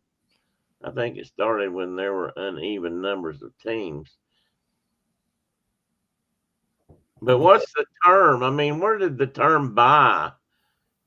I mean, how's that? Yeah, that's what I don't understand. It's like, why do they and they spell it like goodbye? Yeah, like BY. Yeah, like goodbye. And I don't know where that. I'll have to look that up. Why is it? Why did they do that? Okay, so next weekend you're going to bring us the answer. I'm going to. Are you going to find it right now? No, I'm not gonna look at it, but I will have it next week. Okay. Anyway, buddy, you have a good rest of your weekend. If it snows, I hope It's got going to lots. snow tomorrow. Hope you got your supplies laid, and you got your bulldoze and ATV. I got my rig back in order, and we're ready to go to plow snow. Rhonda says it has to do with old factory things. A team started making fun. Oh, the Boilermakers. Oh, okay, calling the Boilermakers, and then Purdue just owned it. Well, okay, nothing wrong with that. Might as well grab on. That's usually the best way if somebody's making fun of something, making fun of you, then just grab it and run with it. I think I can appreciate Kind of that. like being a hillbilly. Kind of like being a hillbilly, by God. Just pick it up and run with it. Just pick They it up. make fun of us all the time, but we ain't all that way. I Sister, promise. brother, mother, cousins. That part just made up. If she ain't good enough for her own family, she ain't good enough for ours. What's that from? Was that from Beverly It's from a really bad joke, is what that's from. Well, it is that, but I was thinking it was a line from a movie. No, it's not from a movie. Sister, parents, cousins. Sister, parent, cousins. Yeah. My uncle, My dad, family, my uncle, my son. Jeff Foxworthy always said my family tree is a stick. Yeah. Heard that a few times. I found out my week origination. Oh, she's already found it. Well, you're welcome to throw it in there, Rhonda. We're still here, so you might as well. Yeah, don't leave us hanging. Throwing it right now. You can't leave us hanging. Yeah, yeah, you can't throw something like that in the chat and then just walk away. And walk away clean. That's not. You can't do that. That's just not right. And she's just laughing. I didn't think y'all wanted to know. Yeah, we wanted to know. I just wasn't going to look it up. But if you know, then throw it at us. I don't want to wait now. Originates from tournament formats where a team advances without playing, a concept influenced by the English word BY, meaning standing by or bypassed. Okay, I guess that makes sense. Leave it to the Brits. Except they don't spell it BY, it's spelled BYE. Yeah, correct? it's like goodbye. Yeah. This team was adopted by this term was adopted by leagues like the NFL, where a team gets a scheduled week off during the season to rest and recover. Got it. And I think the college does it because they just got to make it all work out with how many games they got in the season and how many teams. I mean, heck, they're doing it in bull riding now. So you can even get a bye in bull riding. Yeah. So in this team series they've got now going on. Okay, well, everybody must have had a bye week this week because I don't have no bull riding to watch, which really aggravates me. A bye is not a shortened form. I go into withdrawals when I don't have bull riding to watch. Yeah, well, we were just saying it spelled like goodbye. We didn't mean it was part of goodbye, so that does make sense. It wouldn't let me put it. Oh, okay. Okay, hang on a minute. Since you said we brought up bull riding, I saw the lineup. I saw the complete roster for this year's NFR was published this week. I'd heard it came out. I haven't Yeah. looked at it. I was trying to think who wasn't on there that I thought, wow, that surprised me. But it's kind of weird how they do it. I'm not sure how they go by, but it's not. They weren't grouped. I'm sure there's a place where it is, but they just had like all 118 cowboys and cowgirls just listed together. Yeah, just together, mixed up randomly. There was about 14 Wright brothers in there, though. Well, not 14, several. There was at least 4 that made it this year. Stetson and Statler and Rusty. Rusty, I think so. I don't know if Ryder's there or not. Seems like there is another one though. It might be Ryder. It's got to be Ryder. Yeah, it probably is. He's got to be leading the bronc riding. Bull riding, bull riding. I don't know who all. I guess I haven't watched enough this year to see. Mark's bull riding rant, love it. It wouldn't let me put it over. You can't have shoulders as bad as this one and not love some bull riding. Oh man! All right, guys, I was gonna go. So wait a minute, I lost the screen. There it is.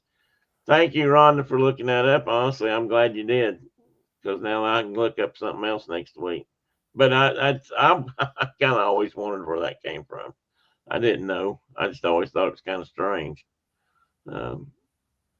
Anyway, everybody have a good rest of your weekend. So I wasn't the only person in the audience that thought that was. I had never where the heck that came from. If you're out doing anything on Halloween, be safe, be careful. Hope you don't get egged. People still do that. I don't know. But anyway, Ian, thank you. Rhonda, thank you. I hope you come back. Hope you can make it back some more. Anybody else? I never thought about it, but then I needed to know when you guys wondered. Well, see what we do, Rhonda? We inspire curious minds. If you believe that. Anyway, bye, guys. I'm leaving. I'm leaving too. Right now, I'm hitting Love the end. you, buddy. Bye.